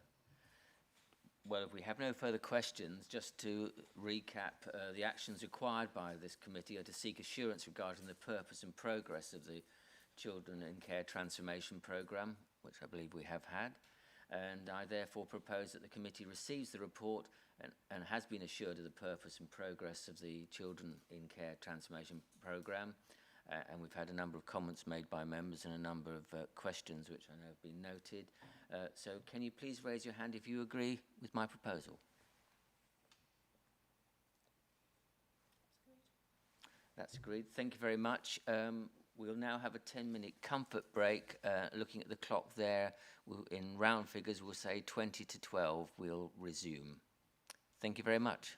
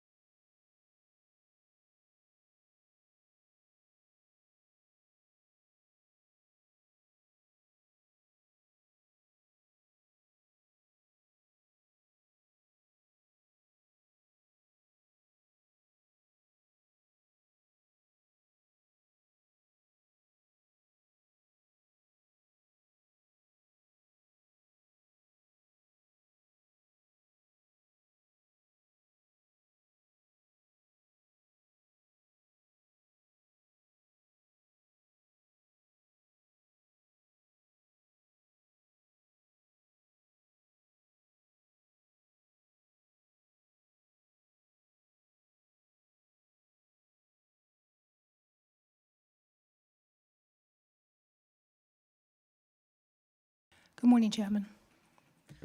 Good morning, and we reconvene for the next item on the agenda, which is item 7, Family Adoption Links, Regional Adoption Agency Progress Update. And this item sets out the progress regarding the development of the Regional Adoption Agency under the regional brand of Family Adoption Links, which was launched in October 2020. And I'd like to welcome John Harris, Head of Service for the RAA, who is attending today in the Council Chamber to present the report. So it's over to you, John. Thank you. Learning the technology. Good morning. Right, the report, I've kept it as succinct as I possibly could in terms of the detail for you. So obviously, if there are questions, I can try and amplify it. But what I've tried to do is outline the progress since October and to where we've got currently. There have been changes in personnel. I was previously employed here until May, and then was asked would I do this for a period of time. So I've been holding the fort, as it were, since June on a part-time basis. So on that backdrop, what I've tried to do, and what I've tried to do in the report, is identify some of the strategic areas that we are concentrating on to try and develop the regional approach of this partnership. So I'm hoping it hangs together and makes sense as it's laid out. But if I talk through some of the key bits, the budgeting for this was a requirement of legislation that agencies, authorities, broadened their scope to offer as better outcomes to children in terms of adoption outcomes as they possibly could, rather than just every local authority concentrating on their own smaller group of children. So on the basis of that, people came together and we created that partnership back in October last year. The funding of that was on the back of priming money really from central government initially, but also from a contribution from each of the partner agencies, which is how it's currently comprised. We have funding for the post that I outline until March next year. So one of the things I'm currently doing is looking how we configure it so that the structure that we are offering, which I think is effective in the medium term, can continue. And that's a discussion I will be having with the board in due course. So the progress against that backdrop is that we have employed a marketing officer, and what we're currently doing is we are working on a rebranded model marketing tool website, which in effect would be the partnership website. And on the back of that, what I envisage in the future is that will become like a hub activity. So it won't just be about recruitment materials, it will be about information for people interested, it will be about training materials. And I think what we have seen over the last year is COVID's created a few opportunities, which maybe this is an example. That hub would allow us to look at continuing some virtual aspects of work that we'd done previously, individually face-to-face, but also would allow us collectively across the partnership to deliver things on the behalf of one of each other organisation. So there should be some efficiencies and economies of scale that would come out of that approach. We're hoping the website will be up in the next 6 weeks or so, but what we want it to be is live, interactive, dynamic, so much more of a hub rather than just a website. So that is one of the key bits. I think that from that iteration will be quite a lot of discussions, will be authorities having to do things a little bit differently, think about how they're working collectively, which I think is one of the challenges but one of the real joys and positives of this really.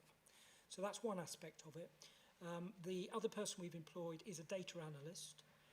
If he were here, he would do a much better job because he's a whiz with all the sort of technology. But the vision again is to have a centralised point where we have all data from all partners.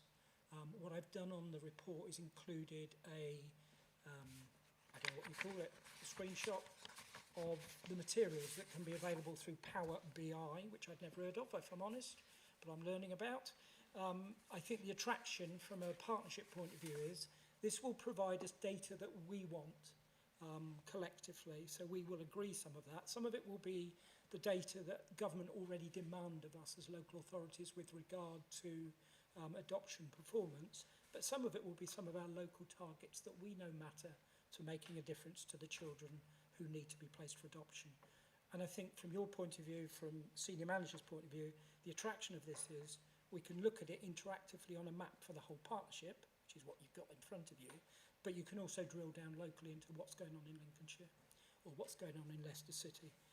It's, as I say, once people know what they're doing with it, it's incredibly impressive. I was very impressed, but whether that's a good judgment, I don't know. But I think what we do know already is we are submitting on behalf of the whole partnership the required data to the Adoption and Special Guardianship Leadership Board, and that needs a little bit of manual construction, but it's working incredibly well.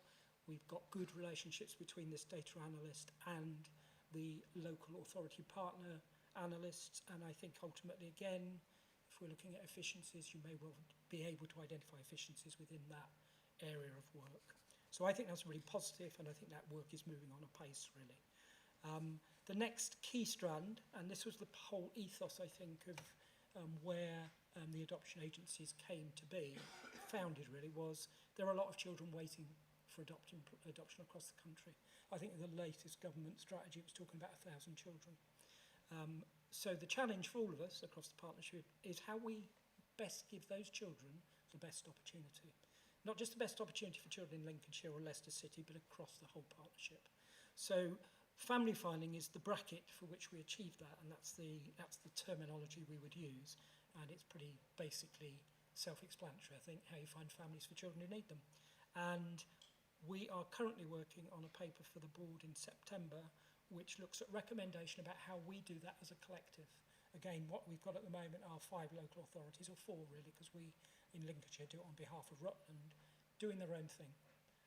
That sometimes I think doesn't always give every child the best opportunity, but I think there's also a lot of duplication, a lot of work that we could do collectively, and ultimately I think we would increase the numbers of children who could be placed within our partnership adopters, because at the moment some children are placed externally to that grouping, placed geographically quite a long way away from where they live, and also there's a financial cost related to that as well. So again, that's our aspiration. Where we quite will take that, I'm not sure, but I think that I've tried to outline in this the thinking about what we're trying to achieve anyway, really. The other grouping we've got is about training and preparation. I think that's been one of the easier areas to get a sort of general agreement on how we deliver that, how we deliver it consistently, whether you live in Leicester, whether you live in North Lincolnshire. So we've already got some fundamental agreement about the content, and we're moving towards preparation of adopters being done, if it's going to continue to be done virtually, from a central point rather than 5 other regional points. So I think those are the operational parts of it.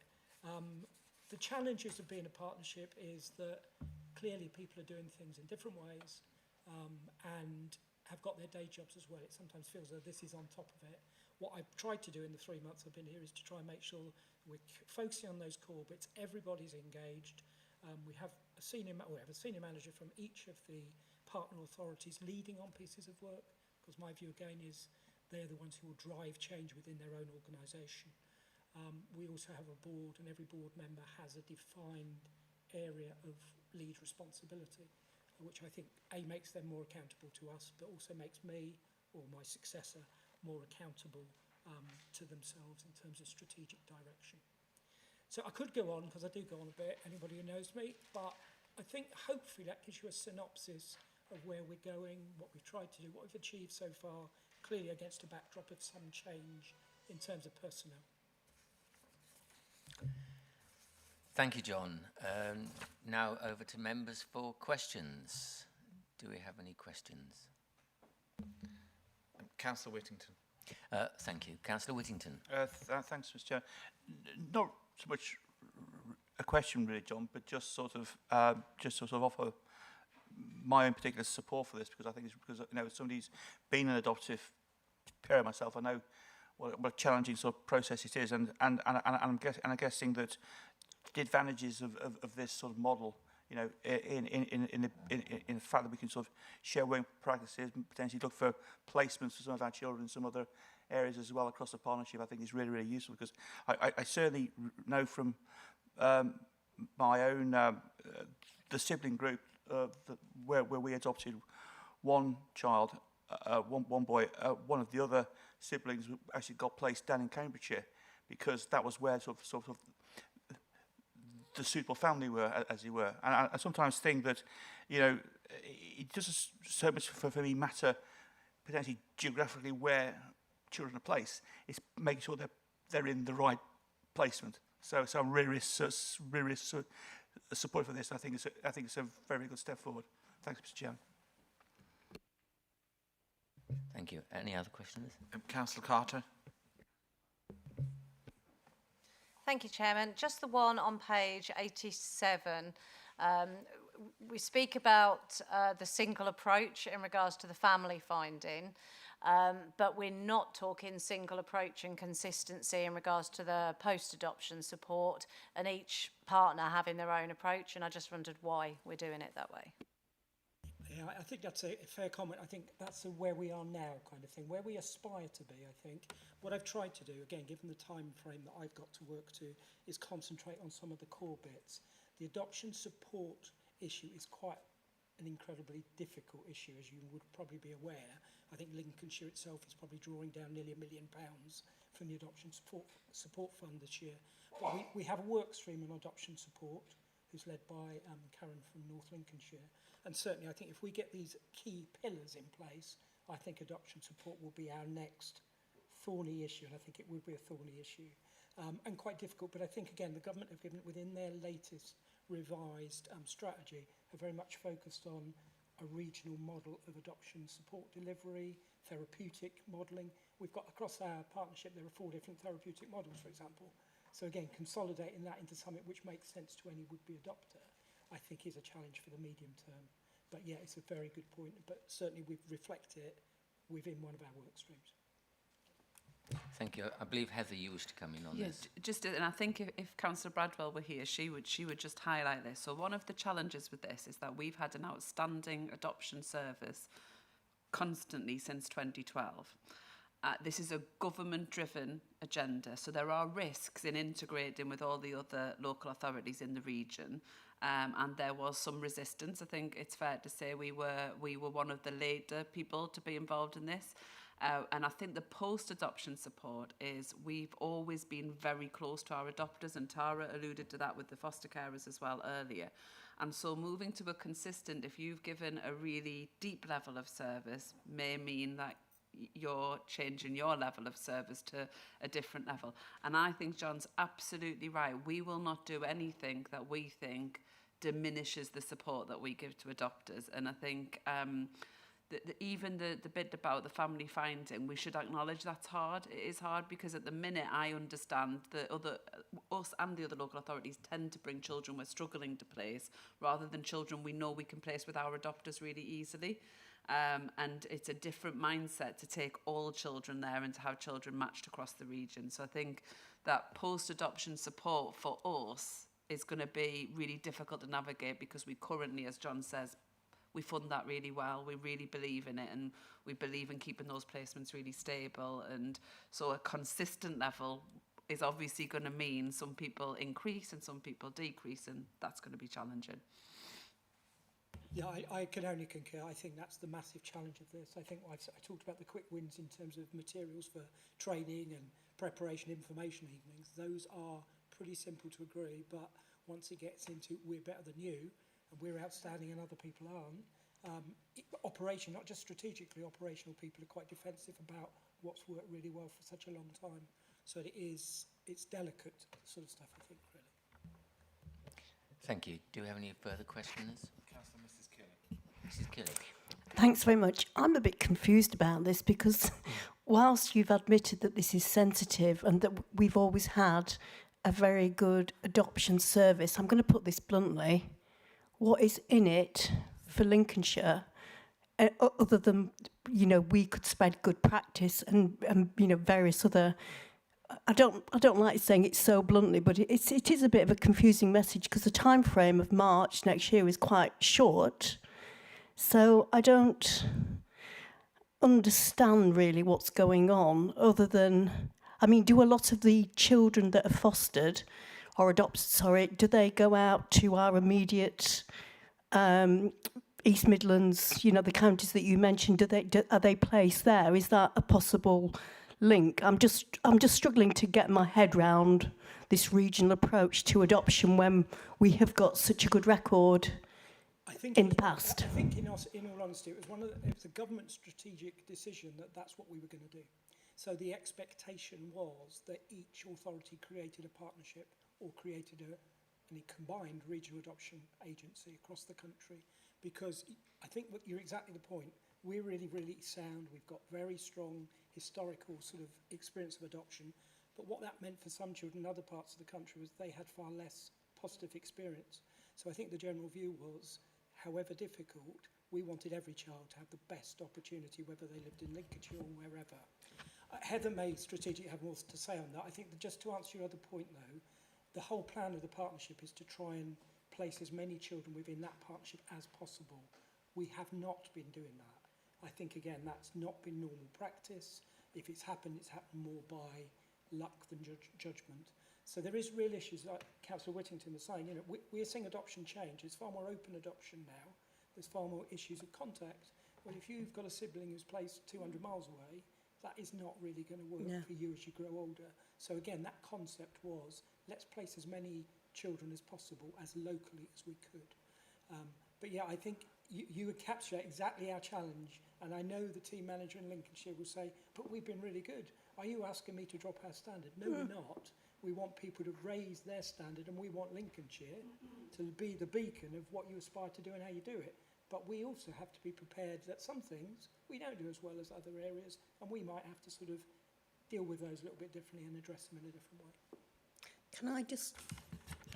So, was it mentioned then that we were a county of good practice in specific areas, and some other authority would be a model of good practice in other areas, and we'd share information? Was it not done like that? So the idea isn't that there's a lead authority and that the lead authority is improving practice in others, which we do in other areas. We're a partner in practice, and that's what we do in other areas. The idea here is that you genuinely come together, that you create a core team in the centre to coordinate that work. What we've done in our particular grouping is, I would say, the lightest touch of how you can do a regional adoption agency. So for lots of authorities, they spent a lot of money pulling all their teams together into one team, and they've had varying success and failures with that, in fairness. We didn't want to do that, and neither did our partners. Our partners have got some good track records around adoption as well. That's why they were kind of hesitant as well. So I think what we've done is light touch. Again, I think if Councillor Bradwell were here, that's what she'd articulate, is that it is definitely a light touch regional adoption agency, but we are seeing the benefits, as John said, of if we worked closer together, there is better work we can do together for the children across that partnership. And I think the other thing is we have got a very specific geographical dynamic in Lincolnshire, which doesn't work for all of our children. And sometimes finding families that match children from specific parts of our communities is much easier in some of our partner agencies.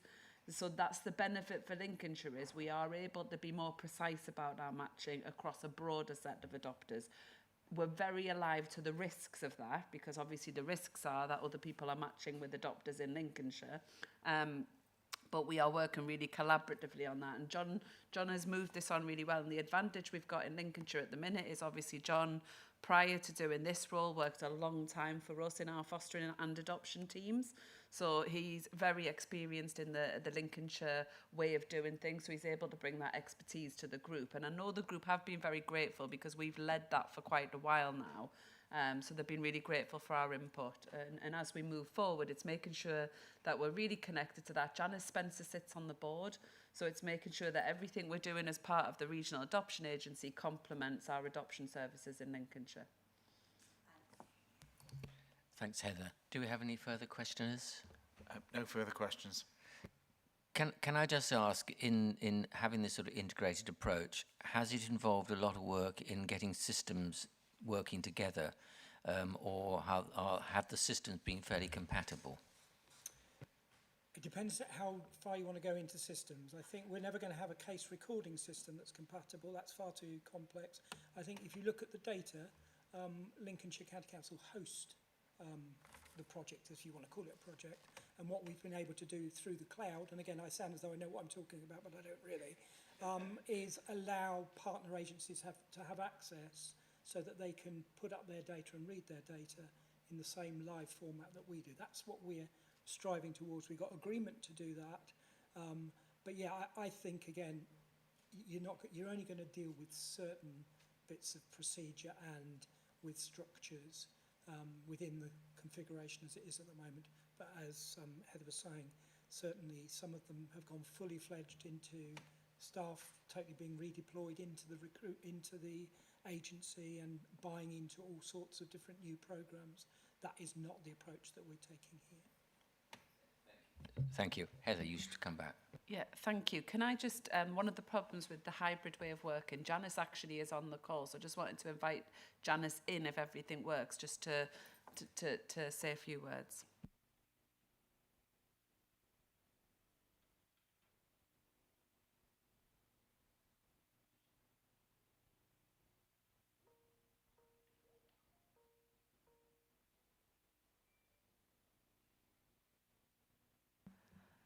So that's okay. So I think one of the things, I think she's gone on hold, so she's obviously left that Teams meeting. Can you hear me? Oh, thanks, Heather. My camera won't work, and I don't know. I think I pressed something that I shouldn't have done. So apologies for that you can't see me, but you can hear me. I think, you know, both Heather and John have explained the regional adoption arrangement very well. It has been quite a challenging journey. However, I think we are at that place, as John's described, where we do start to need to make some decisions about how we want the partnership to work in the future. I'm very happy that we have got to where we've got to, but there are still many challenges ahead for all of us. And just to kind of mention, and maybe for you to be mindful of, that Northamptonshire, North and West, will be joining the partnership in the future. So that will bring more capacity for us to place children in a greater part of the region. And I do apologise that that you can't see me. So thanks very much for that. Appreciate that. Oh, and perhaps just one other thing. Sorry, Councillor Kendrick, just to perhaps answer Councillor Kelly's question earlier about what's in it for us. If we hadn't embarked upon this journey, the government would have directed us into a regional approach with somebody. So we've been able to manage this system and process, and as Heather described, make it work for us. Thank you very much. That's a useful additional comment. Thanks. Appreciate that. Do we have any further questions? No further questions. Thanks very much. Well, just to again recap, the actions required of us as a committee are to review and seek assurance in regards to the progress of the Regional Adoption Agency. And therefore, I propose that the committee has reviewed the report and has been assured of the progress of the Regional Adoption Agency. And we've had a number of good questions and comments recorded. So can I ask you to raise your hand if you agree with that proposal? That is agreed. Thanks very much. But before we move on, I understand that John will be retiring soon from the council after working here for 35 years. So on behalf of the committee, I would like to thank John for all his hard work and support to members and wish him all the best for the future. I do appreciate that. Can I tell you, I did retire on the 24th of May, and it lasted 3 days. So I came back and I agreed to do this for 3 months, and I've been happy. I think we're making some progress. So what I've also agreed is to carry this on until a full-time replacement is received, unless it's a year's time. But no, it's been good, and it's been, well, Lincolnshire's been great. So thank you. I do appreciate those comments. Thank you very much, and thanks for all that you've done and continue to do. Thank you.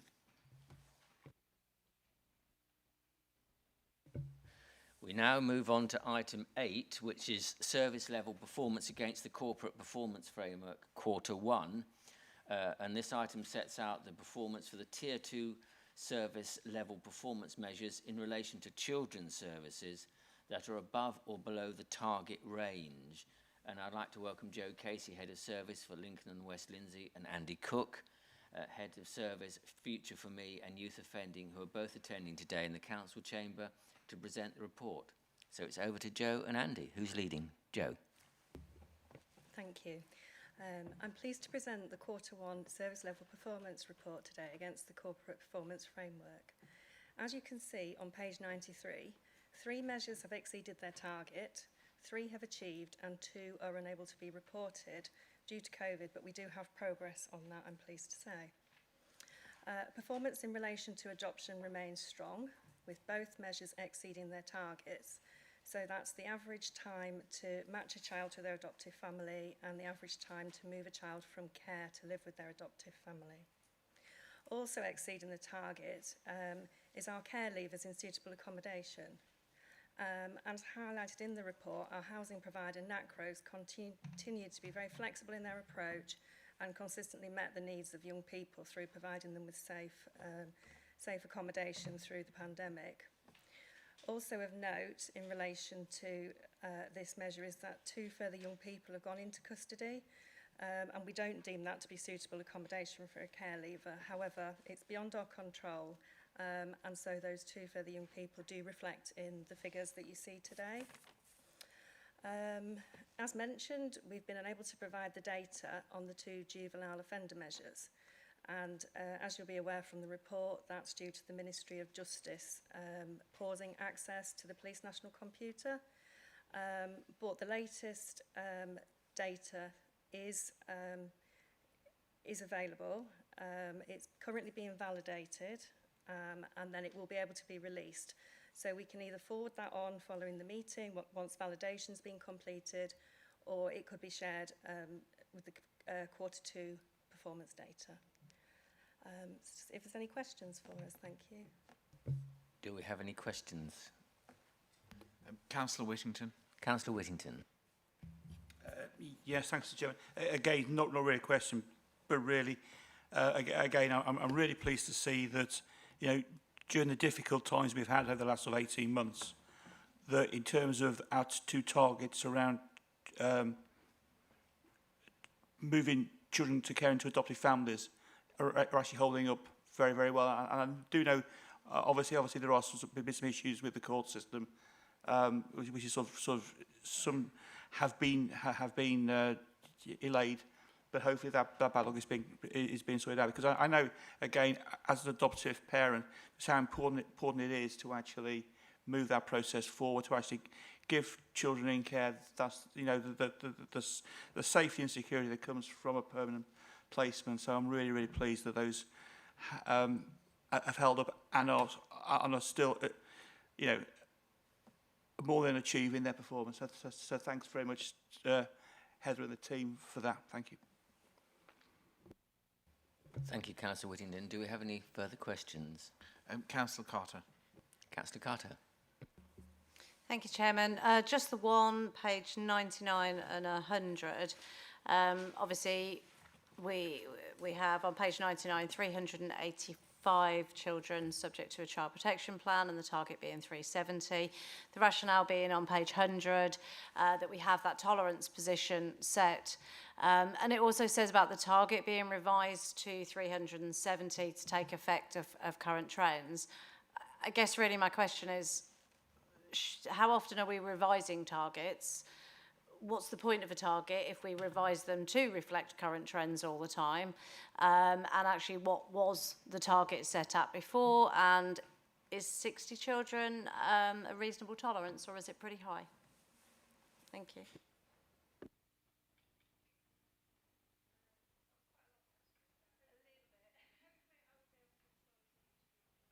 Could you put your microphone on, please?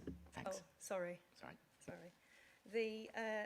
The targets are revised on an annual basis, so we undertake that process not long before the beginning of the current financial year. And when we're doing that, we look at what the targets have been over the previous year. We look at benchmarking with us, particularly with our statistical neighbours, and we look at trends and what's going on generally in the population.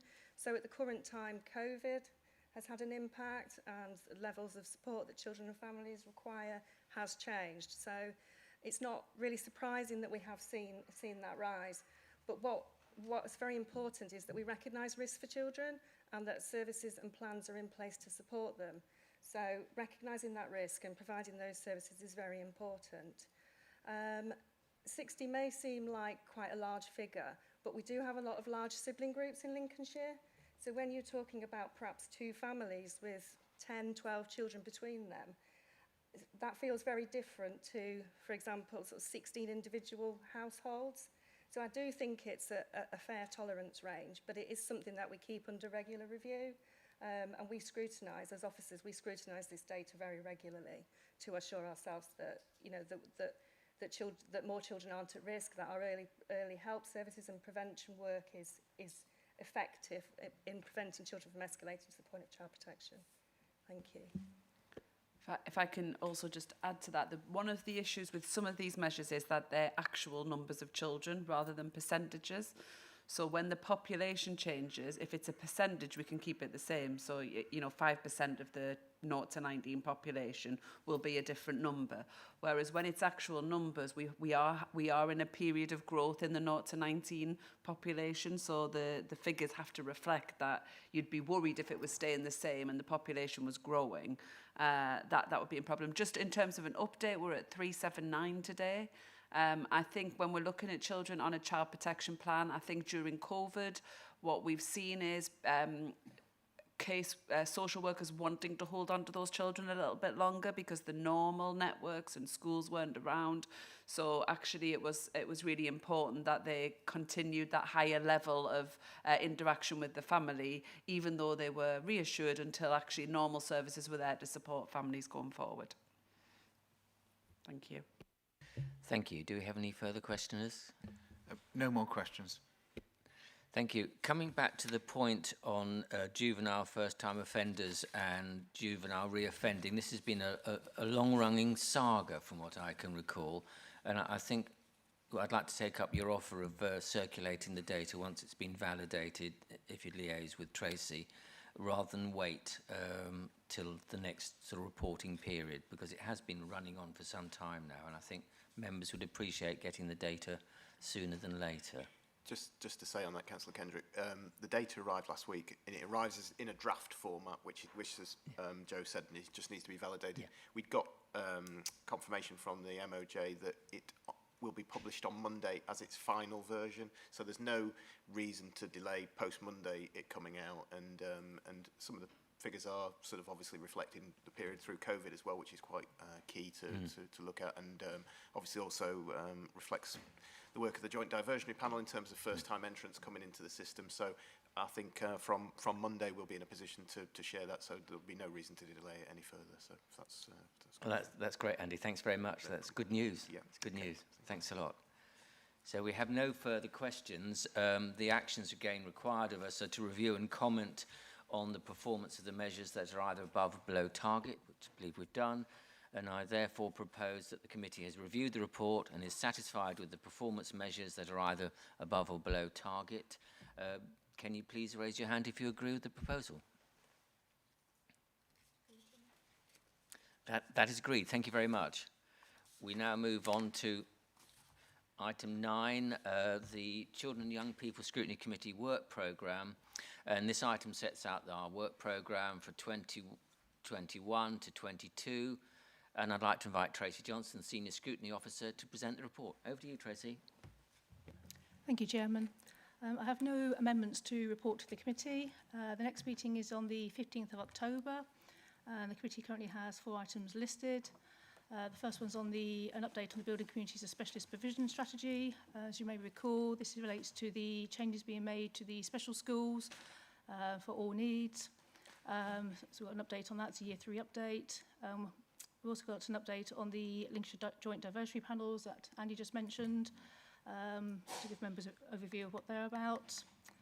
Janice will also be providing an update on corporate parenting responsibilities, to let the committee, make the committee aware of what that all councillors are corporate parents, and set out their responsibilities in relation to that. And then we also got the annual complaints report going through from Joe. Otherwise, that's it. Thank you, Chairman. Thanks, Tracy. Do we have any questions or comments? Councillor Whittington. Yes, thanks, Mr. Chairman. I've got two things. The first thing is on the corporate parenting responsibilities, and Tracy just mentioned that obviously all 70 councillors are corporate parents. We've got a meeting of the councillor development group on Monday, and one of the items that we're going to be pushing forward there is doing a presentation for all councillors on the corporate parenting responsibility, so that not just members of this committee and the corporate parenting panel are aware, but all councillors potentially have an oversight of the corporate parenting responsibility. So hopefully, following Monday, we might be able to start working towards some dates for having some training for all councillors on that. And the second thing, Mr. Chairman, is something that the Councillor Matthews asked me to raise during the break. Unfortunately, he's had to go because he's got another meeting to attend to. Pre-COVID, we were doing some monitoring around some of the schools on the East Coast around his patch that were underperforming. And he asked me to sort of raise that maybe now we're coming back out of COVID, what's happening as regards that. Thanks, Mr. Chairman. Thanks very much, Councillor Whitton. Yes, I think it's a very good point about the training for members as regards corporate parenting. I think that's a great idea, and I hope it goes forward. I think Heather wishes to answer the second point, I think. Yeah, so I think the report that Councillor Matthews is referring to, and I had a brief conversation with him, I think he's referring to our standards report that we do, and the standards report will pull out where schools are overperforming, underperforming, and it'll do it by district as well, which I think is where the East Coast elements come from, because it wouldn't be the role of the committee to scrutinise individual schools on the East Coast. That's the role of Ofsted. You know, we look at performance across the piece. Obviously, we've had no data reported through to us. There have been no external assessments. It's a really difficult time. However, what I can say is that our early years team remains very active within our early years providers and schools, and also the school improvement team are very active and have changed their response in their approach in response to COVID. So what I suggest is that we ask Joe and Martin to work on a report to say how we are monitoring standards across our schools during COVID, given the challenge of the lack of data. And if we prepared that for a report, it won't be for the next meeting, it'll be for the meeting after, if that's possible.